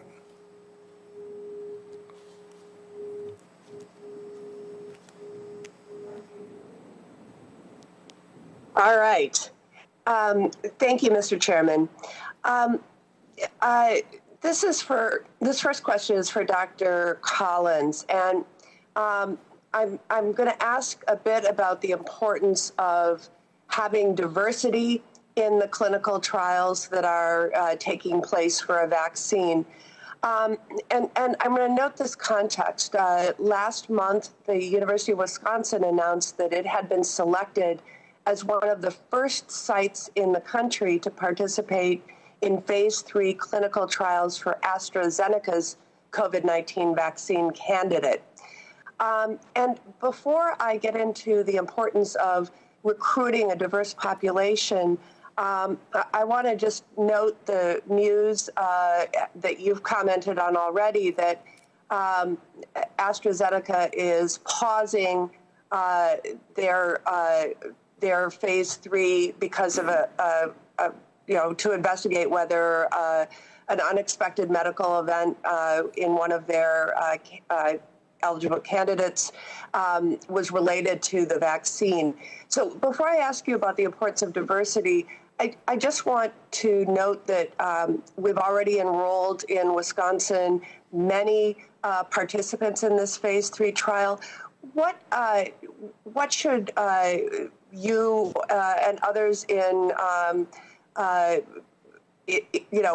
overlooking Project Warp Speed be telling these folks who are already about to or already participating in this phase 3 trial? I imagine some of them are very concerned. Yes, I agree they probably are. And again, this is very fresh information. But again, the company who has connections now and knows exactly who the individuals are who've already been enrolled are in the best position to basically let them know why there is currently a clinical hold. Again, this is based upon a single severe adverse event, which may or may not have had anything to do with the vaccine, but it is the best sort of cautious approach to quickly stop and look and see if there's any other evidence to be concerned about. I assume, and I can certainly check and see if this is the case, that not much time should go by until all the people involved in the trial get a direct communication from the company and the sites where they were enrolled about the fact that it is on hold and this is why, and that more information will be forthcoming. Great. I appreciate that, and I'm sure I'll get some constituent feedback on that very issue. The University of Wisconsin has announced that it will focus on ensuring that a diverse population takes part in the trial, and they've developed resources in both Spanish and Hmong to help address language barriers, and they're going to have qualified medical interpreters available to speak with potential participants in 240 different languages. Researchers are also working to enroll a diverse patient population across gender, age, race, and ethnicity. I'd like for you, Dr. Collins, to describe how a lack of diversity in clinical trials undermines our efforts to develop safe, effective, and accessible vaccines. And given the disproportionate impact that COVID-19 has had on communities of color, what should clinical trial sites take into consideration as they work to recruit participants? Well, thanks for the question, because this is something that I'm passionate about and where I think we have to work especially hard to try to achieve that kind of diversity in the participants in these trials. As you have said, particular groups have been hit hard by COVID-19. African Americans, Latinos, Native Americans, and we particularly therefore want to know, does the vaccine provide benefits to those groups, because they may be the ones who will benefit the most if we can develop one that's safe and effective. But it's without a doubt that there's also concerns in many of those communities about whether this is something they should trust to be in their best interest.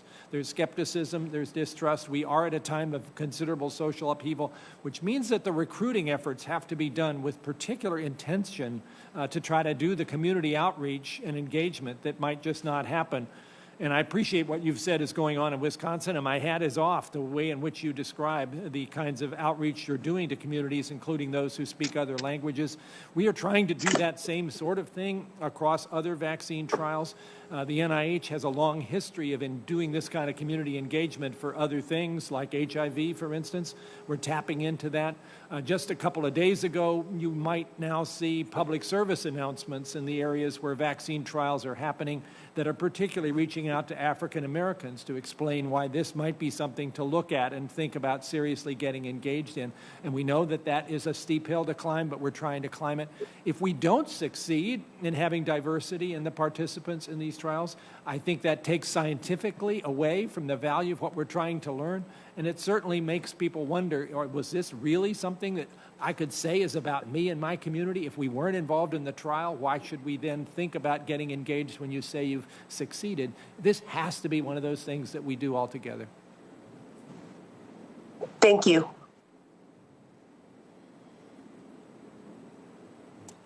Thank you, Senator Baldwin. Senator Collins. Thank you, Mr. Chairman.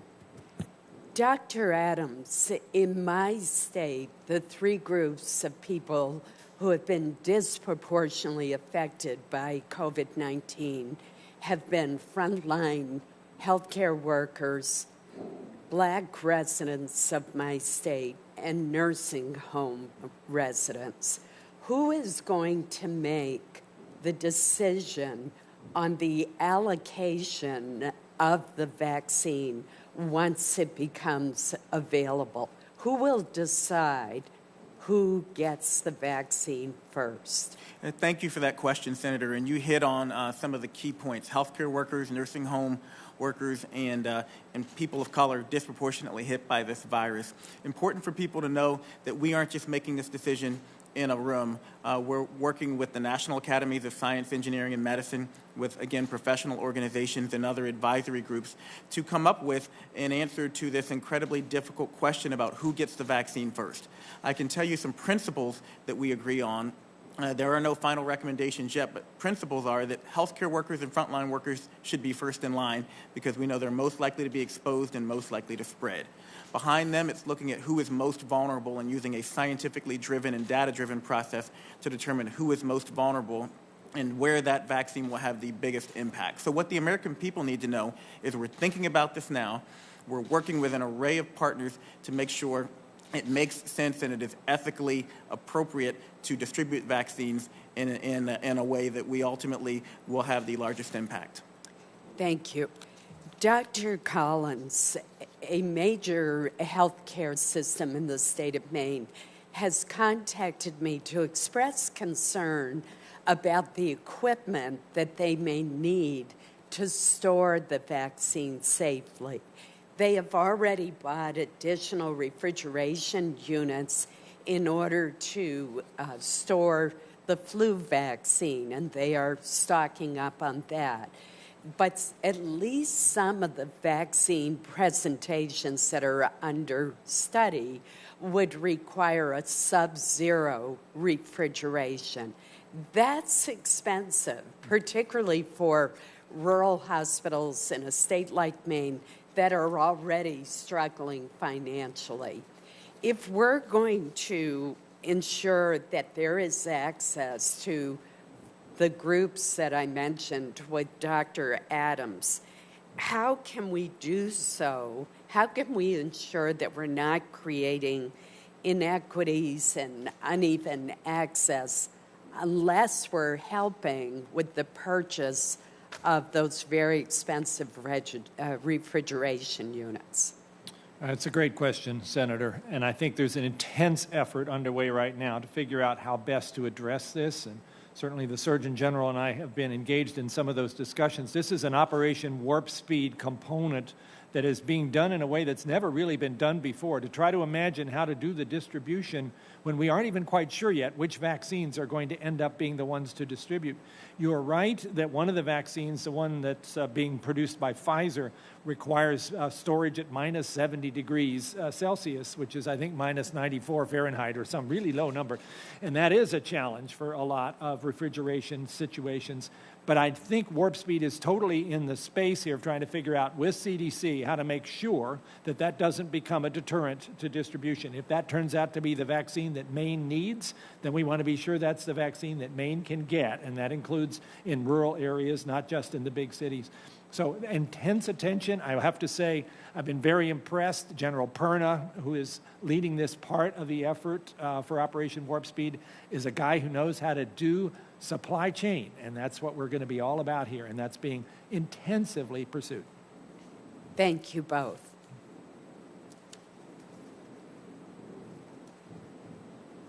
Thank you, Senator Collins. The voting has begun, and I'll go vote in a few minutes. Senator Burr will preside while I'm gone. Senator Warren.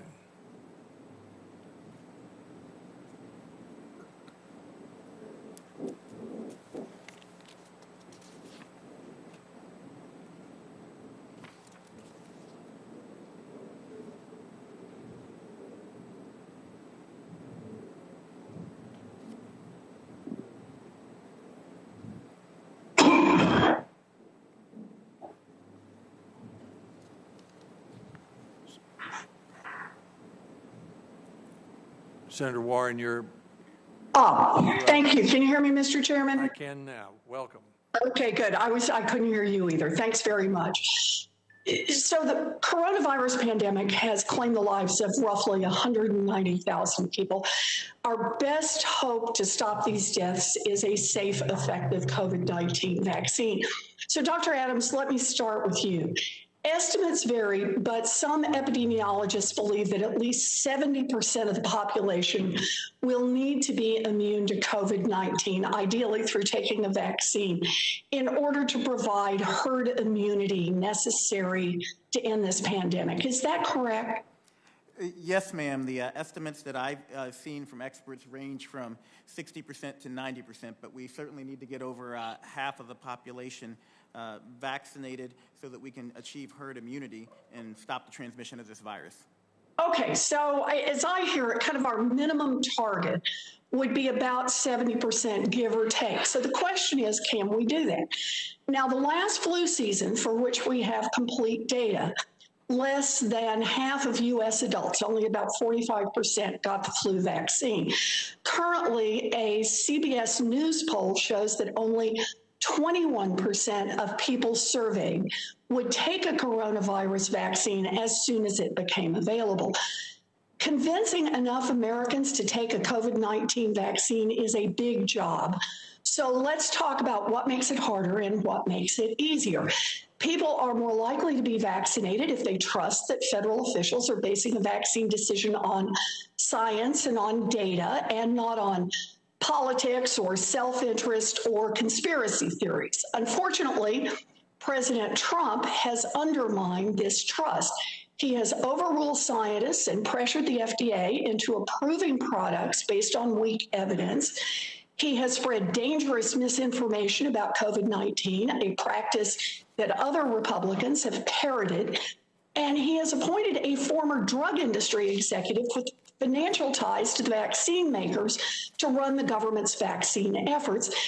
And now, in recent days, he's hinted that he will deliver a vaccine, quote, before the end of October, close quote, a claim that public health experts fear is driven not by scientific evidence, but to boost his chances of winning the election in November. It has gotten so out of hand that companies making COVID-19 vaccines put out a public statement promising to adhere to, quote, high ethical standards and sound scientific principles when seeking vaccine approval. So, Dr. Collins, I know that you and the scientists at NIH and the researchers across the federal government are working night and day to produce a safe, effective vaccine for the American people, and we are deeply grateful for that. But Dr. Collins, let me ask, do the president's actions encourage public trust in vaccines and increase the number of people likely to get the vaccine, or do they discourage Americans from getting vaccinated for COVID-19? I'm not sure I know the answer to that question. I'm more focused on what we can do in the scientific community to try to explain how it is that these decisions get made, and certainly working with the Surgeon General, trying to be sure that that message is out there. You know, Senator, I am hopeful that those scary numbers, and you just quoted 21% people now saying they would accept this vaccine, that's based upon not really knowing what the facts are going to be. We're going to have to work really hard, though, in the coming weeks and months to get the facts out there about how the decisions are going to get made and how once we have, and I hope we will by the end of 2020, at least one safe and effective vaccine, what is the evidence that anybody would want to look at in making their own decision, discounting whatever political words because they heard whatever conspiracy theories popped up in their Facebook feed, and actually saying, okay, let's see what the doctors say. And I hope if we can enlist trusted voices out there in the community, not just people in the government like me, but people who are out there, the physicians in the community, other community leaders who also get informed about this and share that information, that America, which always, after a while, figures out how to do the right thing, will do it again and will take advantage of something. Dr. Collins, with all due respect, I really appreciate that you are doing everything you can, and the scientists will continue to do that, and lots of people will. But the question I asked you is about what the president is doing here and whether what he's doing is helpful or not. You know, just in the past few weeks alone, the president has accused FDA officials of being deep state operatives. He's tweeted conspiracy theories about COVID-19 deaths, and he has implicitly tied vaccine development to his re-election campaign. If Americans who are watching all of this hesitate to take the vaccine because of what he has done, does that help us get to the levels we need to be able to create herd immunity? I just hope Americans will choose to take the information they need from scientists and physicians and not from politicians. Well, I hope you are right. You know, the American people deserve a safe, effective coronavirus vaccine. But Congress is lying to itself and to the public if it pretends that the president cares about anything other than his own political survival when it comes to vaccine development. It is time to kick profits and politics out of the vaccine effort and let the scientists do their work. Senator Warren, Thank you, Mr. Chairman. Your time's expired. Is Senator Cassidy on? I believe he is. Yes, Senator Cassidy is on. Can you hear me? I can. Great. Proceed. Hey, thank you, gentlemen. Let me, and if I occasionally ask you to make your answer shorter, it's not out of rudeness. It's just I have so much to ask. To Dr. Adams.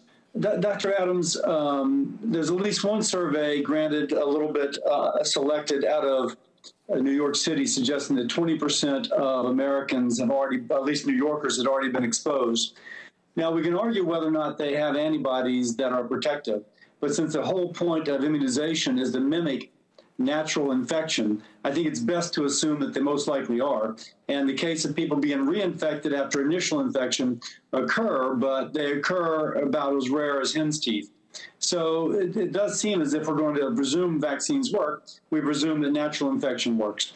Has there been any thoughts as to how to figure out who has already been exposed, thereby protected naturally, and don't need the vaccine, or at least lower priority, as opposed to, no, let's just vaccinate everybody?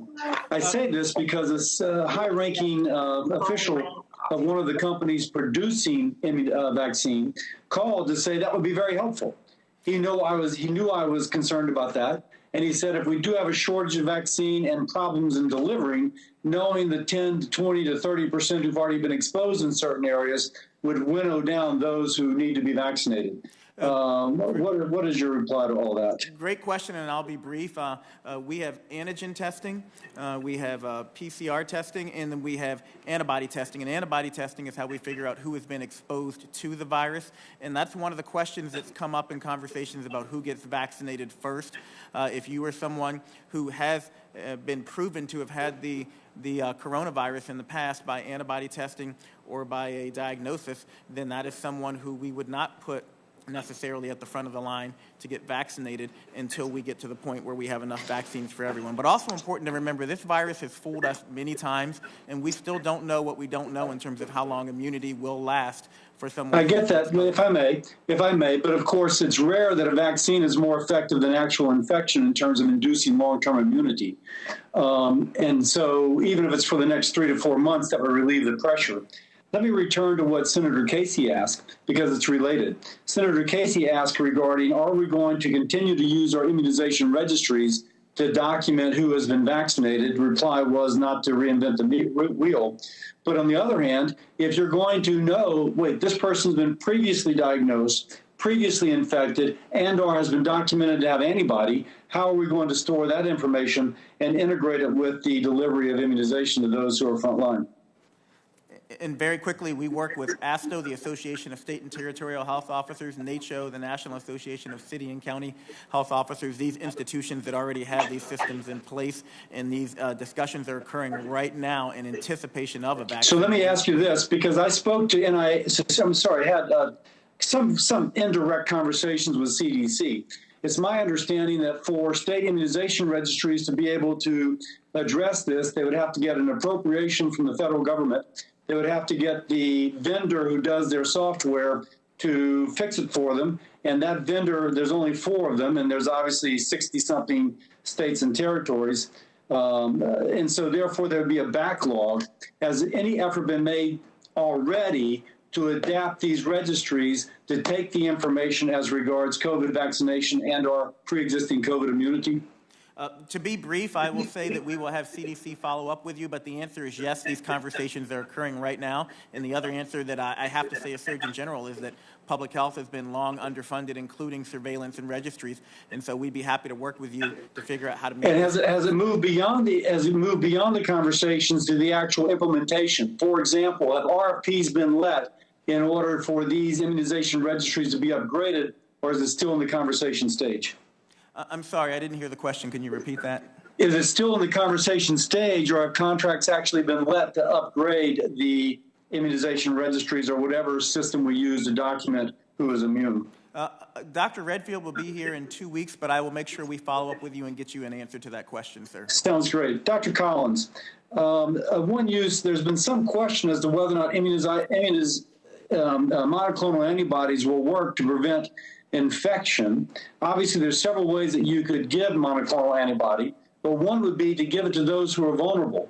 Now, a monoclonal antibody is merely, again, a mimicry of a vaccine. Has any thought been there to give monoclonal antibody to, say, a obese diabetic in order to prevent her from being infected initially? Yes, there has. Monoclonals might be useful therapeutically for people already sick, but they might also be useful as prevention. And you say, yes, this is like a passive vaccine. And we do have trials already ongoing for monoclonal antibodies for people in nursing homes and also for people in families where there have been lots of other infections to try to prevent them from getting sick. We don't know yet exactly how that's going to work in a preventive mode, but that is something we really want to know. It's a great question. Senator Cassidy. Last question. To AstraZeneca, did they have Guillain-Barré? Because you suggested in your testimony they may have had Guillain-Barré. I didn't hear your question again. You suggested that the fellow who had the adverse event in the AstraZeneca may have had Guillain-Barré. Is that the case? The word that we've had, and this is put in the New York Times, is that it's transverse myelitis, which is different than Guillain-Barré, although sometimes confused for it at first presentation. I don't have any other details than that. Senator Cassidy. Gotcha. Thank you very much. I yield back. I'm going to recognize Senator Kane first, but just for the purposes of, since there's a vote going on the majority side, it will be Senator Murkowski, Scott, Romney in that order. Senator Kane, Senator Hassan on the other side of people that I know that are here. Senator Kane, you're recognized. Thank you, and thank you to the witnesses. This is a great hearing. An observation and then 3 topics for questions. Just an observation. We had a hearing in this committee on May 12th. The title was Safely Getting Back to Work and Back to School. I have been critical of the administration for not setting a national testing goal, a numerical goal that we should be achieving as tests. And I was asking questions during the hearing to Admiral Brett Giroir, and what he said in the hearing was this: by September, taking every aspect of development, authorization, manufacturing, and supply chain into consideration, we project that our nation will be capable of performing at least 40 to 50 million tests per month if needed at that time, and if new technologies are authorized, like whole genome sequencing approaches or any novel solutions uncovered by NIH's new diagnostics initiative, that number will be much higher. 40 to 50 million tests a month is 1.3 to 1.7 million tests a day. That number is not accepted by all. At Harvard, they indicate that they think we need 1.2 million tests a day to mitigate, to kind of bump along, or 4.3 million tests a day to suppress coronavirus. On September 4, we did 902,000 tests. That is about 52% of the high range of what Brett Giroir said we should do by September, or 69% of the low range. So we are still dramatically behind what the administration suggested we should be doing in terms of testing to safely open for schools and our workplace. And I'll have a chance to talk to him about that at the next hearing. Here's what I want to ask about first. Is there any benefit to the United States to not participating in the COVAX project of the World Health Organization, Gavi and CEPI?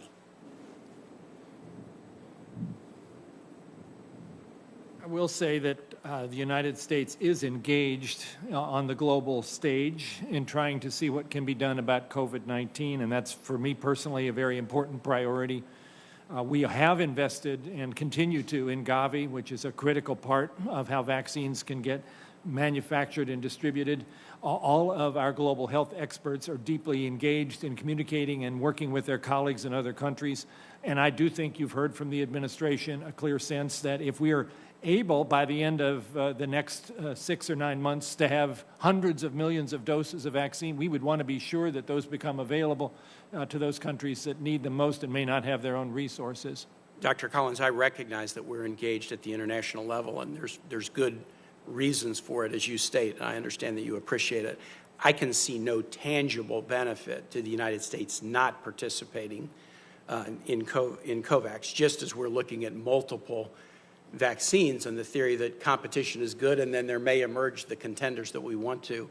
It seems like the diversification of portfolio would suggest we have nothing to gain from withdrawing from COVID. That's my own opinion. I want to ask about a particular element of the leading contenders in the vaccine which require 2 doses. I think there is at least one candidate that is a 1-dose vaccine. But that's right. Building upon this, and maybe get your guys' advice on this one, we know that a significant percentage of people have said they will not get a vaccine, and that's for any vaccine, but in particular in this, and we have to educate people about it. We also know that in other vaccines that require 2 doses, and in this case the leading contenders would require at least 21 or 28 days between the doses, is my understanding. That's right. In other vaccines that require 2 doses, a significant percentage of people, somewhere between 40 and 65% in some studies, who get the first dose will not get the second dose. And then a significant percentage of the people who get the second dose don't get it in time. They will get it months or many months later after they are able to get it. What's the effect on a 2-dose vaccine if you just get the first dose and don't get the second dose? We know a little bit about that, Senator, from the fact that we've run these phase 1 trials. And again, you can look and see what happens after the first dose as far as the production of antibodies, which is our best way of assessing whether it worked. I think with all of the 2-dose trials, it looks as if the first dose does give some response, but not at the level that you would really like to see. And then you give that second dose, and you're up in the range of antibodies that people have developed who got actually natural infection from COVID-19.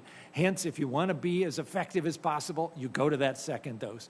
It's not the ideal. I think ideally we'd love to have a single dose that didn't require refrigeration and was easily transported and was totally safe and effective. We may not be lucky enough in this very big push to get something quickly, to have something with the perfect parameters, but it's most important, I think, we get something that works and saves lives. For the record, and to our next panel, I'll ask questions about what we will do to try to educate people on the need to get that second dose and get it in a timely fashion. I also have a question about vaccine testing on pregnant women that I'll save for a question for the record. I appreciate your testimony today. Thanks, Mr. Chair. Thank you, Senator Kane. Senator Murkowski. Thank you, Mr. Chairman, and thank you, gentlemen, not only for your comments this morning, but just your leadership in this. I take particular interest in this discussion about vaccines because Alaska has lagged historically in terms of our vaccination rate. We have chronically been last among the 50 states. It's my understanding that we are in there at about 74.2% compared to all the other 50 states. Other states, you've got some, Massachusetts is the highest at 92. So Alaska has a long way to go, and unfortunately, we've been this way for a while. So when we talk about vaccine hesitancy in Alaska, we know we get it, and so I'm very concerned about where we are moving forward with this vaccine. I also recognize that we have some of the most vulnerable populations in Alaska with our Alaska Native people. We have limited healthcare facilities. You've had opportunity in this hearing to hear all about it. So we are exactly the type of state that needs to have that assurance that, yes, this vaccine is going to be safe, that this vaccine has not been subject to political initiatives that would speed it up in any such way that would cause it to be less effective. We have every interest to make sure that there is an education campaign that people can believe in. I have been working with several of my colleagues on this committee, Senator Braun, Senator Hassan here, on the SAVE Act. This is the Safe Authorizations for Vaccines During Emergencies, basically making sure that we are ensuring a level of public, independent, expert review of the vaccine candidates. I know you may not wish to comment on specific legislation. Dr. Collins, you've already spoken in your initial remarks to the chairman and to the ranking member about the assurance that we must, in fact, make sure that that this process that we have is true, is honest, and is going to result in a level of trust and credibility. I would just ask you to help me in encouraging Alaskans on and other Americans on how we build this trust for a vaccine. What can you give me? Do we need more than just the SAVE Act here to build that credibility and trust? Because otherwise, I'm fearful that the rates that we have seen with our vaccinations generally, what we've seen just this year compared to April of last year, we saw a 48% decrease in total vaccines administered in the state. This past May and June, we've seen a slight improvement, but we're in a tough spot right now. Give me some level of assurance, please. I think we have a tough situation for the whole nation, but I'm sympathetic with your particular circumstances, with the history in Alaska of hesitancy being even greater. This is going to be a need for all hands on deck. Leaders in the Congress, people in the local communities have to get all together to figure out how to convey this message. The Surgeon General is right in the middle of trying to organize a lot of this effort, so maybe I should ask him to speak as well. I mean, do we need a public relations campaign that is really amped up? Messengers are important. Who's the right messenger? Is it the Surgeon General? Is it the, who is it? Because right now it's not working. Well, we know that when it comes to vaccines and most health advice, that people will trust their local provider more than they will trust anyone else out there. So what we're trying to do is arm local providers with the facts. CDC's campaign really has scripts and sheets to help people talk about some of the frequently asked questions. We're engaging with social media influencers. So I was in Kotzebue, and they knew about rappers, and in the San Francisco 49ers. I remember there was a guy wearing a San Francisco 49ers hat. We need to get Lady Gaga, for instance, is someone who I never thought I'd invoke in congressional testimony, but I gave her a shout out because she had masks that she wore at the Video Music Awards last week, and people will listen to Lady Gaga before they'll listen to the Surgeon General. So we need to very much engage. The other thing that I would implore you to think about is we need to encourage people to stop attacking the process. There's a lot of politics going on here. People don't like one party or the other, or one person or the other.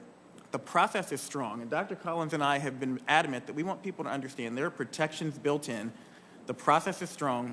If we follow the process and people understand the process, they will have confidence. But everyone out there who says, I won't take this vaccine if, or I don't trust this vaccine unless, is instilling further hesitancy and hurting us. I think that's important, and that's exactly why the SAVE Act is there, is to focus on the integrity of that process. Thank you, Mr. Chairman. Thank you, Senator Murkowski. Senator Hassan. Well, thank you, Mr. Chair, and thanks to the ranking member as well, and to both of our witnesses today. Thank you for your service, and I'll echo what other people have said. We know everybody in your shops are working around the clock here, and we are very, very grateful to you and all of them. We've been talking a lot today about public trust in the vaccine approval process, which we all agree is critical to achieving the widespread use of a vaccine. But right now, people are concerned, as you've heard Senator Murkowski say, as you heard Senator Warren reference. A CBS poll released this past weekend found that 2/3 of Americans would think the process had been rushed if we got a vaccine this year, and only 1 in 5 plan to get vaccinated as soon as possible. So let's drill down a little bit on what the process is so we can provide some of this confidence to the American people. Dr. Adams, last week you told ABC News that you have confidence in the COVID-19 vaccine review process because data safety monitoring boards would not allow a product to move forward unless there is, quote, good evidence that these vaccines are efficacious, close quote. But in addition to ensuring that a vaccine is effective, we also have to ensure that it is safe. So could you please tell us, Dr. Adams, what protocols are in place to ensure that these boards do not stop clinical trials until they also collect sufficient safety data, including for high-risk populations, and what specific steps have been taken to ensure that these decisions will not be subject to political influence from the White House? I'll be very quick in my answer because this is more in Dr. Collins' lane. But as an example, the FDA generally advises a minimum population size for pre-licensure safety database for preventive vaccines to exceed 3,000 patients. These trials have 30,000 patients in them. This isn't so much about time as it is about events. And we have so many more people, tenfold involved in these trials, that we have the potential to be able to recognize a safety and an efficacy signal a lot sooner. We also have a higher incidence of background disease prevalence. And that's a bad thing, but it means that in terms of getting a signal, there are valid scientific reasons to expect that we will both get a safety and an efficacy signal in a very short order. Hold on just a second, please, Dr. Collins. Look, I appreciate that, but what people are looking for is administratively, what are we doing? What systems do we have? Because, look, if this administration's vaccine review process is as evidence-based and free from political influence as you both are suggesting, why do you believe the leading COVID-19 vaccine manufacturers took the unprecedented step of jointly releasing a public pledge yesterday committing to an evidence-based vaccine review process focused solely on safety and efficacy? I can give you at least part of that answer, and that's because Dr. Collins and I have been on the phone with them and really putting forward a full court press to help instill confidence in the vaccine process that we know, as Senator Murkowski just mentioned, has been wavering long before COVID. Okay. And because my time is short, I'm going to move on to another topic. I understand you have something to say too, Dr. Collins, but I want to touch again on the SAVE Act that Senator Murkowski was talking about. If we expect the American public, Dr. Adams, to have confidence in these products, we need to ensure that they have full confidence in the review process. In addition to the general meeting they are holding in October, do you believe FDA's Vaccines and Related Biological Products Advisory Committee should hold public meetings, review clinical trial data, and release their findings to the public before FDA approves or authorizes any vaccine product as they normally would? I think we need to follow the process because the process works. I think we need to be careful about inserting new barriers in the process because it is just as unethical to excuse me, just because the time is limited, yes. This isn't a new barrier or new process. This is the existing process, right? I believe we need to follow the existing process. So you support that. Do you believe that the CDC's Advisory Committee on Immunization Practices should meet publicly, review data, and issue public recommendations for each COVID-19 vaccine that enters the market so healthcare providers across the country are confident giving these vaccines to their patients? Again, I believe we need to follow the process and engage healthcare providers so that everyone has confidence. Yes. Okay. Because a vaccine is really only effective if people are willing to use it. So I just want to touch on what the SAVE Act does a little bit. Working with Senator Murkowski and Senator Braun, for instance, we've introduced, this is bipartisan legislation that would improve public confidence in the vaccine review process by helping to ensure that these independent FDA and CDC reviews take place in a transparent way, free from political influence, without slowing down the development of safe and effective vaccines. So I just want you both to know that's what the SAVE Act is about. We believe these processes are in place. These experts are used to doing this work. They're independent. I'm going to continue to push for this legislation to be included in the next COVID relief package, and I look forward to working with you with ideas about other ways we can strengthen the transparency of this process and really, again, help the American people understand what the processes are and why you both are so confident that the scientists will be able to do their work. Happy to work with you and anyone on the committee. Senator's time's expired. I am going to let Dr. Collins, if you had something to add, I'll give you the time to do it. Thank you. Well, just very quickly, you asked about the statement by the 9 CEOs, and I think they were responding out of their concern, which we very much share, Surgeon General and I do, and I think all of you do, that there is this strong public distrust and skepticism, and they wanted to come out and say very clearly, hey, we're not trying to pull something here. We don't believe in putting forward anything that's not absolutely safe and effective. We're pledging this in writing. I hope that added a little bit more confidence to the people who are still looking at this and wondering. I was glad to see the statement. Thank you, Dr. Collins. Senator Romney. Thank you, Mr. Chairman, and I want to thank the members of the panel for your testimony today. I have to thank in particular Dr. Collins for the slides. This description of the process that's leading towards a vaccine was most informative and colorful.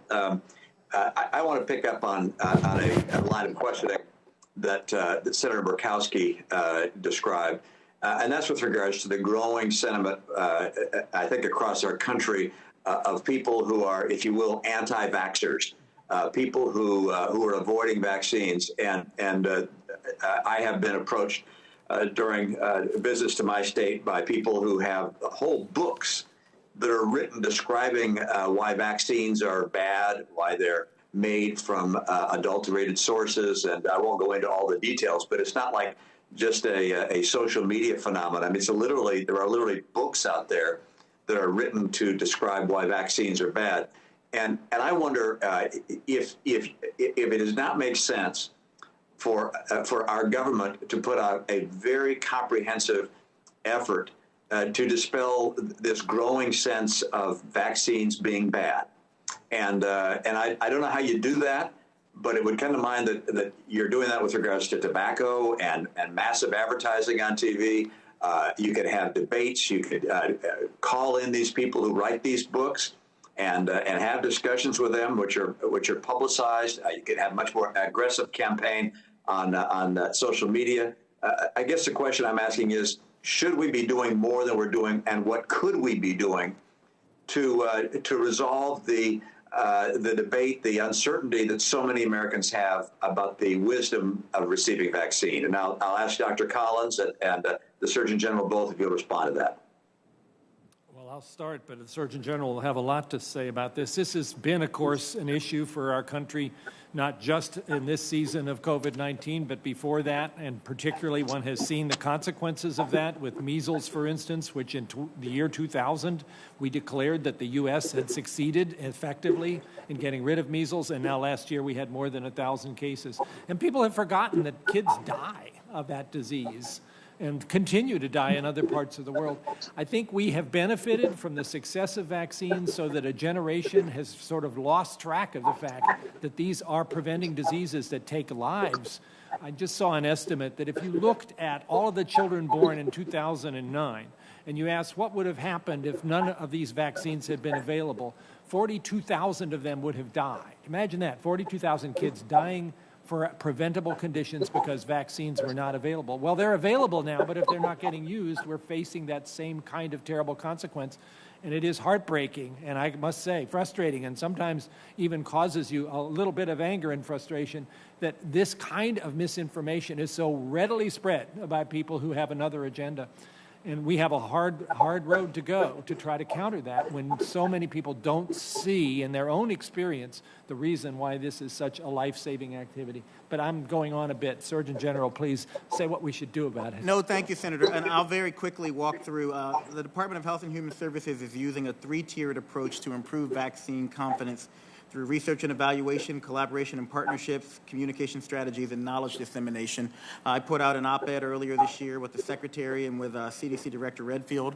We're working with platforms like Twitter and Pinterest and Facebook to make sure appropriate and accurate information is displayed prominently when people do a search.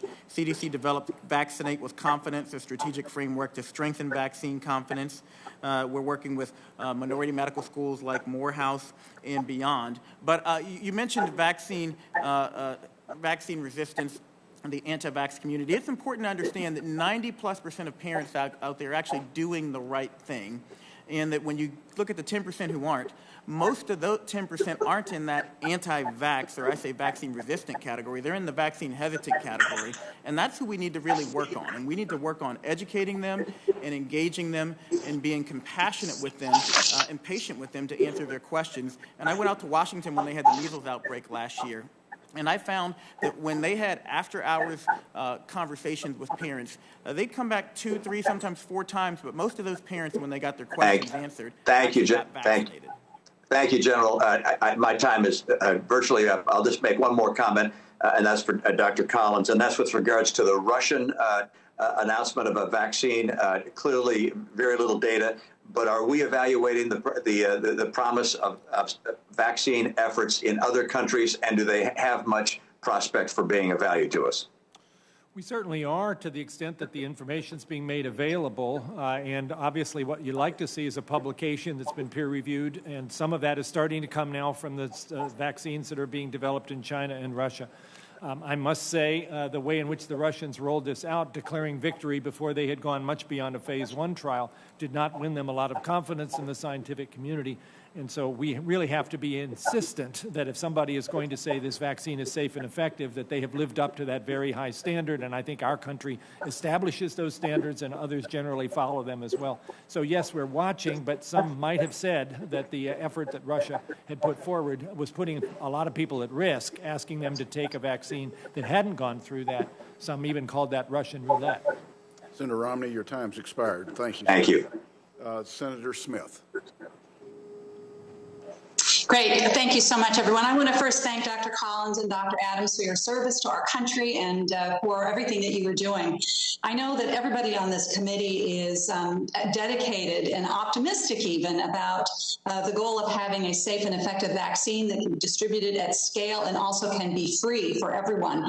And so I want to just touch on that for a minute.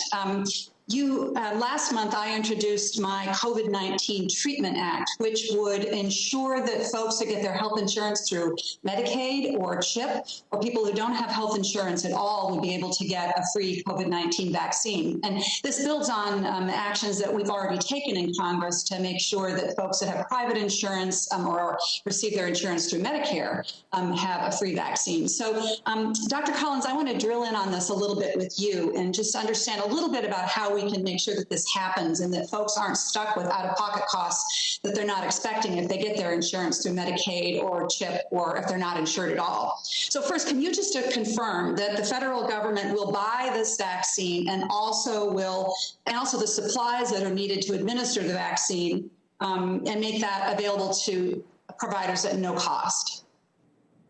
Yes, I can confirm that as part of Operation Warp Speed. As these various vaccines are chosen to be put forward, and the deals are negotiated that allows the government to buy and own tens or in some cases hundreds of millions of doses that then can be provided for free to providers. And along with that, of course, all of the other materials you need like syringes and vials and PPE is part of the package. The only thing that then needs to be dealt with is any kind of charge that the provider might give for administering the dose. And I know the administration is committed to making sure that that does not become a barrier to anybody, and you can get this completely for free if that's what you need to do. Great. That's perfect. That was my second question, that there aren't hidden charges, administrative costs, that would also be reimbursed by the federal government so that folks don't get stuck with something they're not anticipating, which is, of course, particularly a barrier if you don't have any insurance at all or if you have Medicaid. I think the administration has made it clear that no one should be denied this vaccine. It needs to be completely free. And let's say that we found out that we needed a booster, some sort of a booster shot, or not like a 2-round vaccine, but you need to get a booster like we do for other infectious diseases over time. Would or should the federal government also cover the cost of those boosters at no cost to folks? I don't know that I've heard that conversation going on yet, because we really don't have the data to know whether such boosters will be needed, and if so, how frequently would the booster have to be provided. We're all hopeful, of course, that this vaccine will produce long-lasting immunity, but that's not always going to be the case. I think that's a downstream discussion, at least it is for me. And we're talking about COVID, but I think it's important that we just operate under the underlying belief that all vaccines should be provided at minimal cost to people, because they save lives and they're cost-effective. They're cost-saving. Well, and Dr. Adams, I think, the point here, of course, too, is that this is really a matter of public health, but it's also a matter of equity, because we know that Black and Brown and Indigenous people of color are more likely to be uninsured and more likely to be facing this struggle. So I think it's just extremely important.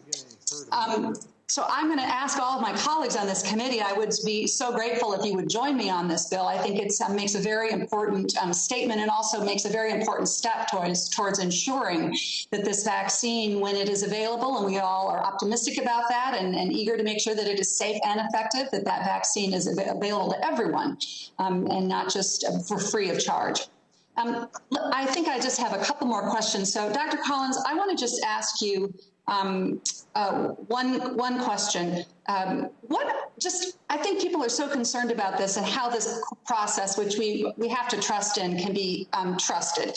So can you just explain to us a little bit about how an event, what would be the end point for when we know that this vaccine trial should be completed and be done? What is the end point? So let me quickly explain how that works. Let's say we have 30,000 people involved in a trial, which is the number we're aiming for all of these trials.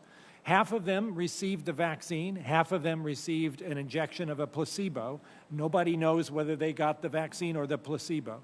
But then you track those individuals and you look to see who, in fact, gets infected with SARS-CoV-2. What you're looking for, of course, is a circumstance where those who got the vaccine have significantly fewer cases than the well-matched folks who got the placebo. That tells you the vaccine is working. As it turns out, by the time you've seen 150 cases of SARS-CoV-2 in this group of 30,000 people, if your vaccine is at least 50% effective, you're going to know it, because you're going to see a big skewing in terms of who got the disease and who did not. And that's basically why we say this is an event-based decision process for deciding about efficacy. You count those events and you know whether it worked or not. And if the DSMB, which is the part of this enterprise that's looking at this, sees that, then they raise their hand, assuming they've also looked at safety and found it acceptable, and said, okay, FDA, it's time to have a look. That's how it works. Thank you. I know I'm out of time, Mr. Chair. Thank you very much. Thank you, Senator Smith. Senator Loeffler.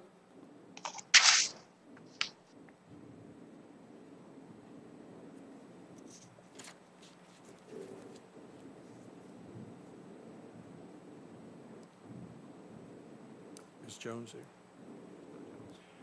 here. Senator Jones. Thank you, Mr. Chairman, and thank you both to our witnesses today for your service and for being here. You know, I want to go at this a little bit. I want to get some specifics on some of these crazy theories out there, guys. We talk about them and we see this, and I appreciate Dr. Adams saying that 10% of parents out there, or only 10%, are not doing the right thing by getting vaccinations. But all of this, you know, has been with smallpox and measles and other things, which we've grown up in a different era. Now we're in an age of social media, and we see Facebook, we see Twitter, we see the internet full of all of these conspiracy theories. I'd like to give both of you an opportunity right now, because one of the things I'm not seeing from NIH or from the federal government is efforts to really debunk these theories, as opposed to just getting positive information out there. So Dr. Collins, Dr. Adams, each take one or two of these theories. Tell us what you've heard, what's the most outrageous thing, and debunk it for us as quickly as you can, so that the American people right here on the record know that they should not follow these absolutely crazy theories that are out there about vaccines. Can I go first? Dr. Collins? Go. I'll take the first one. Vaccines do not cause autism, and people need to understand that. We've looked at the trials, we've looked at the studies. Vaccines do not cause autism. And I'm agreeing with that one, but I'll tell you the craziest one I've heard, which is this is all designed by Bill Gates, and when you get the vaccine, it has a chip in it that's going to get stuck into your system, and it's going to watch everything you're doing. And people believe that stuff. There you go. So none of the vaccines are designed to kind of be big brother over people and to follow them. They're designed, I take it, to save lives, correct? That's exactly right. Exactly. To save lives and to save money, sir. Vaccinations avert $402 billion in direct cost and $1.5 trillion in societal cost, and that's just the flu vaccine every single year. I have a T-shirt that I like to wear sometimes, although it isn't always well received, and it has 3 words on it. It says, "Vaccines cause adults." Think about it. Very good. I would, though, encourage both of you with your respective positions to do a little more in terms of actually debunking the theories. I appreciate all that you're doing to get accurate information out there. I've been doing a live Facebook Live every week with a healthcare professional to try to get accurate information out there. But still, debunking the theories is also important. So I would encourage you to kind of do that on your websites and do that in information, not just trying to get the accurate, but to debunk some of this garbage that we're hearing out there. So, Dr. Adams, I want to follow up with you a moment, because I really do think you're in a unique position about encouraging minority participation in some of these clinical trials. We know that minority participation in these clinical trials is down. We know, and on the flip side, that minority populations are being disproportionately affected by this, by COVID-19. And unfortunately, the United States has somewhat of a sordid history when it comes to minorities and clinical trials. So what can you do? What would be your voice to encourage more minority participation, and how can we in Congress help get that voice out there? Because I believe it's so important to get a safe and effective vaccine for everyone. Senator, one of the things you can do is to support an institution right in your own community, University of Alabama at Birmingham. I was there just 2 weeks ago, and they have done a tremendous amount of work in terms of engaging the local African-American community in cardiovascular and hypertension research. But I think, number one, we need to acknowledge past wrongs that have occurred, and you all might be surprised to hear me giving a shout out to Bill Clinton, but Bill Clinton apologized for the Tuskegee experiment several years ago. We need to acknowledge Tuskegee. We need to acknowledge Henrietta Lacks. We need to acknowledge these wrongs occurred, and then we need to address the situations that caused them to happen. And again, we talk about the process, phase 1, phase 2, phase 3 trials, data safety monitoring boards, committees and whole agencies at HHS that have been stood up to make sure these types of things never, ever happen again. And then we need to engage, and that's what you're talking about, sir. We need to get out there where the people are and use trusted advocates. I've been working with faith communities. I spoke to rabbis last week. I've spoken to pastors of the largest megachurches in the country. We're talking to social media influencers like Kylie Jenner and T.I., and again, Lady Gaga, because my kids will do something because believe it because they say it before they'll believe it because Dr. Collins or I say it. But that's kind of our approach that we're taking to engage with people. Acknowledge, address, and engage. Well, thank you, Dr. Adams, and thank you for coming down to Birmingham for the opening of some of those free clinics. We very much appreciated your visit, and those are being very successful. Thank you, Mr. Chairman, for this opportunity. Thank you, Senator Jones. Senator Rosen.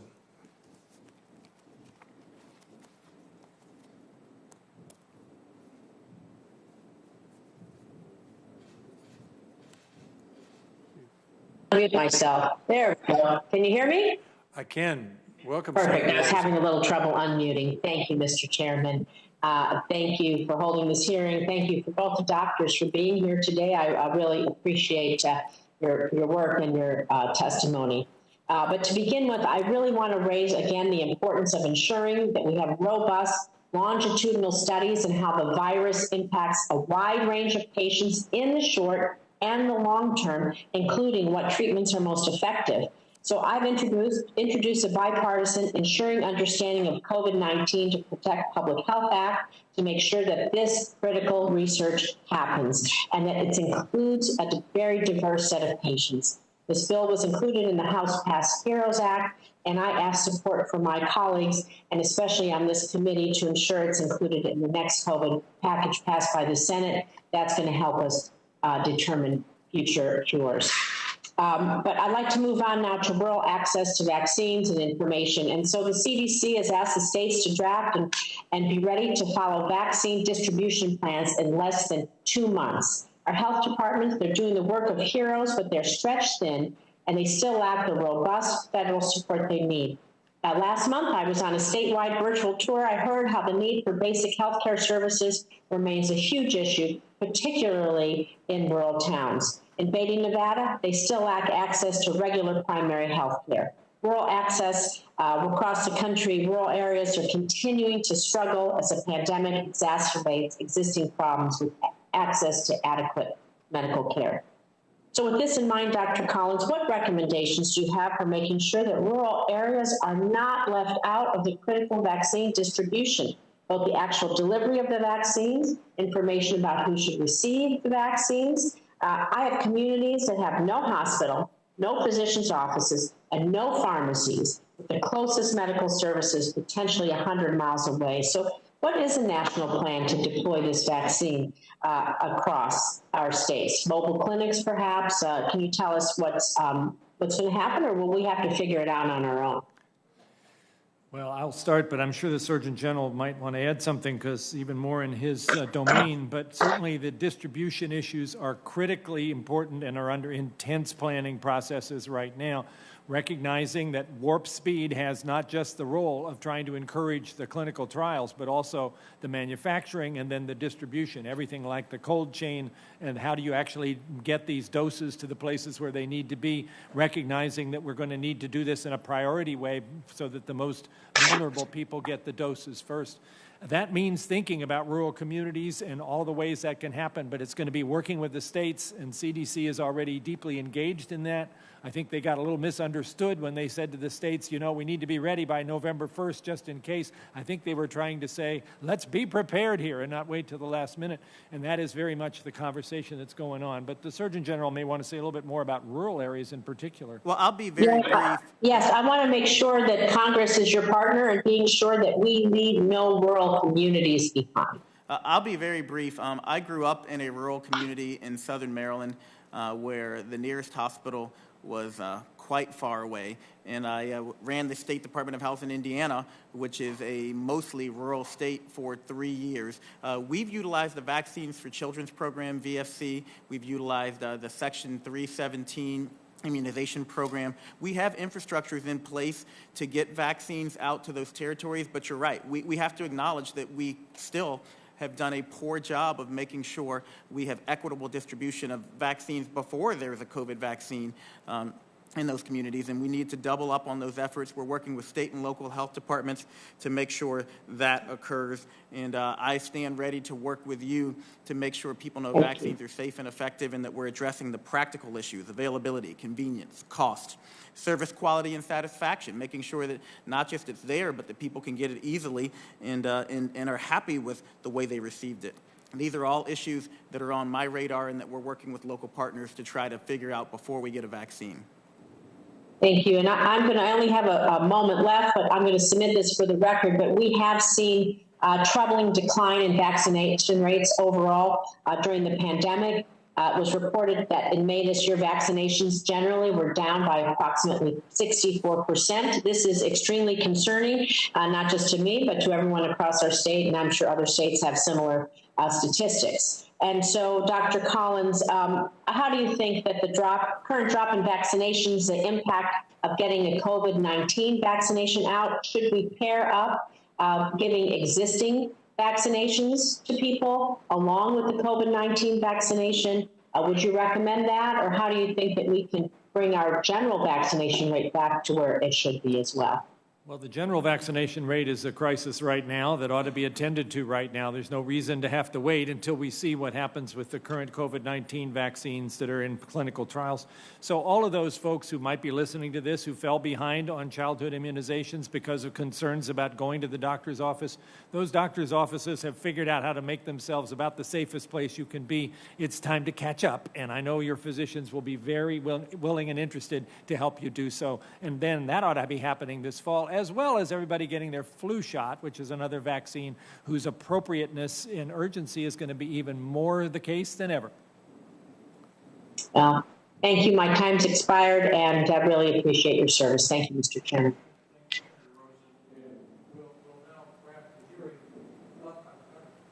Well, thank you, Senator Rosen. We'll wrap the hearing up now. We have votes going on the Senate floor. I've got a couple of questions in conclusion.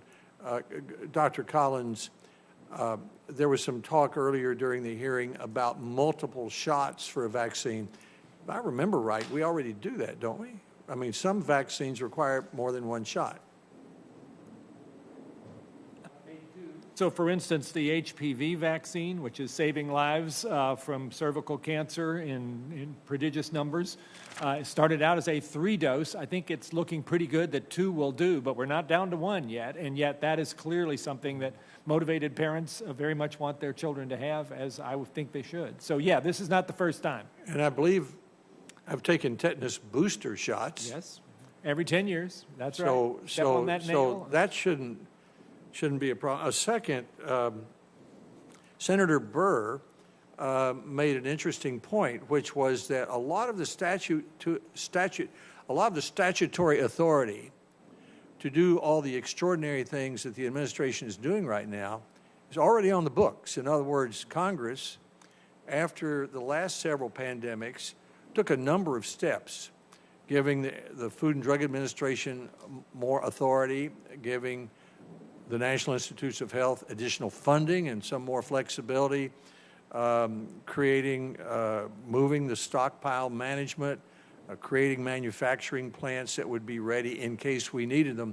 How valid is that point, that in fact, as we think about preparing for the next pandemic, which Jared Diamond reminds us could be next year in this age of jet planes, that a lot of good work has already been done by the last 3 or 4 presidential administrations of both parties and members of Congress of both parties, and that this administration is simply using to a full extent the authority Congress has given you?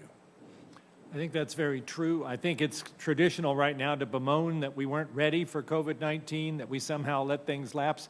We weren't perfectly ready, that's for sure, and there were some things that probably could have been in better position to be ready for this, but there were things that Congress had done over the past couple of decades, the creation of BARDA, other things that you've mentioned, that made it possible to move more swiftly.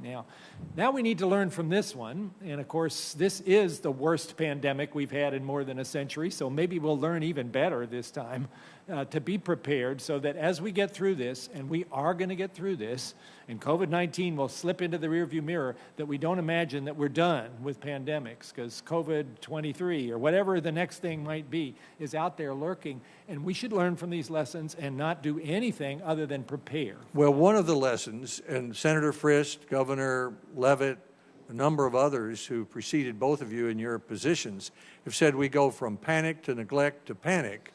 And even though we've taken some significant steps to be better prepared, and you're taking advantage of those, I mean, there's no way you could have had, you could be developing a vaccine this rapidly, this safely, this effectively without these steps. Still, we're not as prepared as we should be, because in between epidemics, we lose our focus, which is why I'm urging that on onshore manufacturing, that we make sure we keep those plants warm, as Governor Leavitt said, on stockpiles, that we make sure the stockpiles stay full and aren't depleted because of budget problems at the state or in the hospitals or in the federal government. And Governor Leavitt said we had underfunded public health in this country for the last 30 or 40 years. So we need to, and the time to be prepared for that is now. So I have reiterated my strong feeling, and I hope you agree with it, that the time to sustain our preparedness is now, where our eye is on the ball, and that while we're dealing with this pandemic, we should make sure we're prepared for the next one. Do you, Dr. Adams, you agree with that? I've been in public health my entire life, and as you mentioned, we've chronically underfunded public health. I've been coming to D.C. every year for the last 20 years asking for funding for basic public health. So the problem with public health is it's like the oil change in your car. You wait until the engine blows up before you decide that you need to check the oil. We need to fund public health. We need to fund vaccinations. And I want to thank you for being a strong advocate, knowing that this may be the last time I testify before you, for your strong advocacy, not just for the state of Tennessee, but for the United States in terms of making sure we have the resources we need at the federal level and are using our tools to protect the American people. Well, thank you, Dr. Adams. One other thing, the phrase herd immunity has come up. There's another phrase that's been thrown around, let's just say inelegantly, in the news media, and I think it's misunderstood by a lot of people. The way I'm hearing you talk is that developing herd immunity is a good thing, right? I mean, you want to get to a point where a large number, and I believe you used the number 60 to 90% of the population has some form of immunity from a disease. So herd immunity by itself, nothing wrong with herd immunity, right? No, it's how you get there. It's how you get there that's the question. And there's the old way to get there, which is just let her, as Dr. Collins once said, let her rip. Just let it roar through the whole population, killing people until everybody's either killed or recovered with some form of immunity. Or we have vaccines, which is the way we get there. And that is, I think it's very important that the American people understand we want herd immunity, but we don't want to do it. We can't do it by locking everybody in their room the way they used to do with leprosy. You put everybody with leprosy in a leper colony. Well, that's a form of quarantine, but that didn't get rid of the disease necessarily. What we can do today, we believe, and the testimony has been consistently, that every one of the public health experts in this administration and most outside are cautiously optimistic that we can have a safe vaccine that is also effective by the end of the year, cautiously, at least for the most vulnerable, and that during 2021, there should be hundreds of millions of doses of this. Now, there's no guarantee of that. You've told us we have 6 tracks of vaccines already moving, that we don't necessarily expect every one to work, that if they don't work, even though we're manufacturing them ahead of time, even while we're testing them, we'll throw them away and they'll never be distributed. You've said you'll be the first of the line to take a safe and effective vaccine, as Senator Casey, I believe, asked. So to me, it seems important to say to the American people that their herd immunity is what we want. We want most Americans to be immune to COVID-19. And if that happens, then the infection rate will go down and the disease will gradually become a minor event in American society.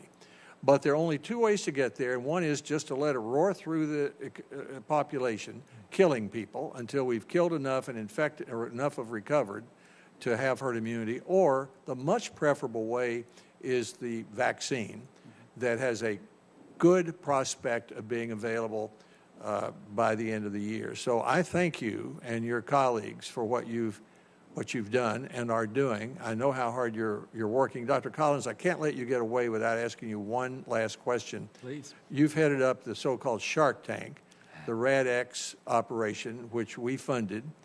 I want to make sure that I know, one, what is the output right now? How many fast tests have the Shark Tank produced that people can take to determine whether they have COVID-19? And do you have the funding you need to get done what we ask you to do? Well, Senator, I really appreciate your leadership in making it possible, just beginning on April 25th, for us to ramp up something that's never been done before. and invite a lot of small businesses and academics who had really creative ideas about how to do testing for SARS-CoV-2 to come forward and jump into the Shark Tank and show what they could do and get a lot of advice and sometimes some difficult criticism and see whether they were ready for the big time. Could they actually expand their capacity, develop a sufficient validation, and get exported and deployed? Just as of last week, we're now up to 16 of these technologies that have made it through this process. Very interesting technologies, too. 16 different ones. And collectively now, those add up to roughly 2 million tests a day that would not have been there before all of this came along. Some of them are lab-based tests. Some of them are based on genome sequencing. Some of them are point of care.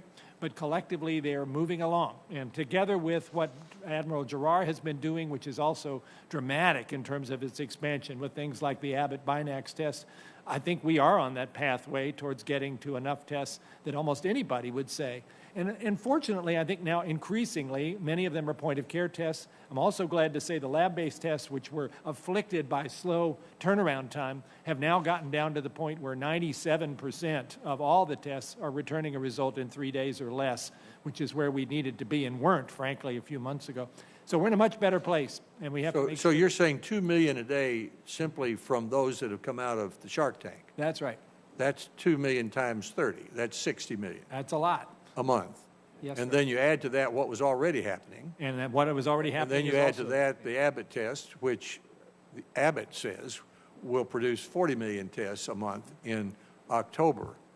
So we're up to the, I think, Dr. Adams, you said that Admiral Gerard gave a number for September and October that was in the neighborhood of 100 million tests a month, which is twice as many as he testified here a few weeks ago when he estimated that we'd have 40 to 50 million tests in September, October. My own view is when we have an oversupply of fast tests, testing will cease to be an issue. that as soon as everybody knows they can get a fast test quickly if they want one, they'll probably not want as many. Scarcity causes people to want more. And then on the other hand, as you were talking about the University of Illinois testing students twice a week, they're able to do that. And faculty too. And students, and that's a great big, how many students and faculty at that university? Tens of thousands, it's a lot. Yeah, so we're moving to the point where there are many different strategies, and no one's saying you have to test everybody every day or twice a week or whatever, but different colleges, different schools, different workplaces will develop different strategies, and if they know that if an employee comes up and says, I feel worried working here, I'm afraid I might have COVID, you can say, come right in here in 15 minutes, we'll tell you whether you do or not. I think that will help give people the confidence to go back to work, back to school, back to child care, out to eat, and until we have vaccines broadly available, distributed and administered, which surely will be sometime next year if we're successful, then that will, but between now and then, that sort of testing, plus the treatments that we could discuss at our next hearing, are a very impressive story. Senator, just before you close down, I want to add my voice to Surgeon General to thank you for your leadership. And you've just been pointing out a dramatic example, which is this area of testing. But you have been a clear, compelling, authoritative, evidence-based source of information for all of us and a remarkable voice of leadership in the Congress. It has been a great pleasure and a privilege to have the chance to work with you in settings like this, but in other settings as well, even including the Bluebird Cafe. And I just want to say you're going to be sorely missed by all of us who've had the chance to work with you. That's very generous, and it's a privilege to work with both of you, and I'm not gone yet. So on that note, the hearing record will remain open for 10 days. Members may submit additional information for the record within that time if they wish. I want to thank Senator Murray and her staff for working with us on this hearing. One of the senators said to me on the floor, this is the most civil hearing that he had attended in the Senate in several weeks, and most of our hearings are pretty civil. We each get our points in, including our political points, but we do that with respect for those of you who work for the American people, like Dr. Adams and Dr. Collins do, and I thank Senator Murray and my Democratic colleagues for allowing us to conduct hearings in that way. Our committee will meet twice next week. We'll meet again at 10 a.m. on Tuesday for a hearing entitled Compensating College Athletes, Examining the Potential Impact of Athletes and Institutions. So as the Commerce Committee is the lead committee in the Senate on that, but we're looking into that in cooperation with them because this makes a difference to students, to student athletes, and to the American people who like to watch sports. And then on Thursday, we'll have a hearing on something that this committee has been working on in a bipartisan way for 6 years, which is simplifying the FAFSA, the federal aid application form that 20 million families fill out every year. We've made progress on that in the Obama administration. We made progress in the Trump administration. Senator Murray and I introduced and Congress passed a bill making important steps earlier, I guess earlier this year when we recently when we permanently funded historically black colleges, but we would like to finish the job, and we'll have a hearing on that next Thursday with the same 4 witnesses plus one who got us involved in it in the first place 6 years ago. Thank you for being here today. The committee will stand adjourned.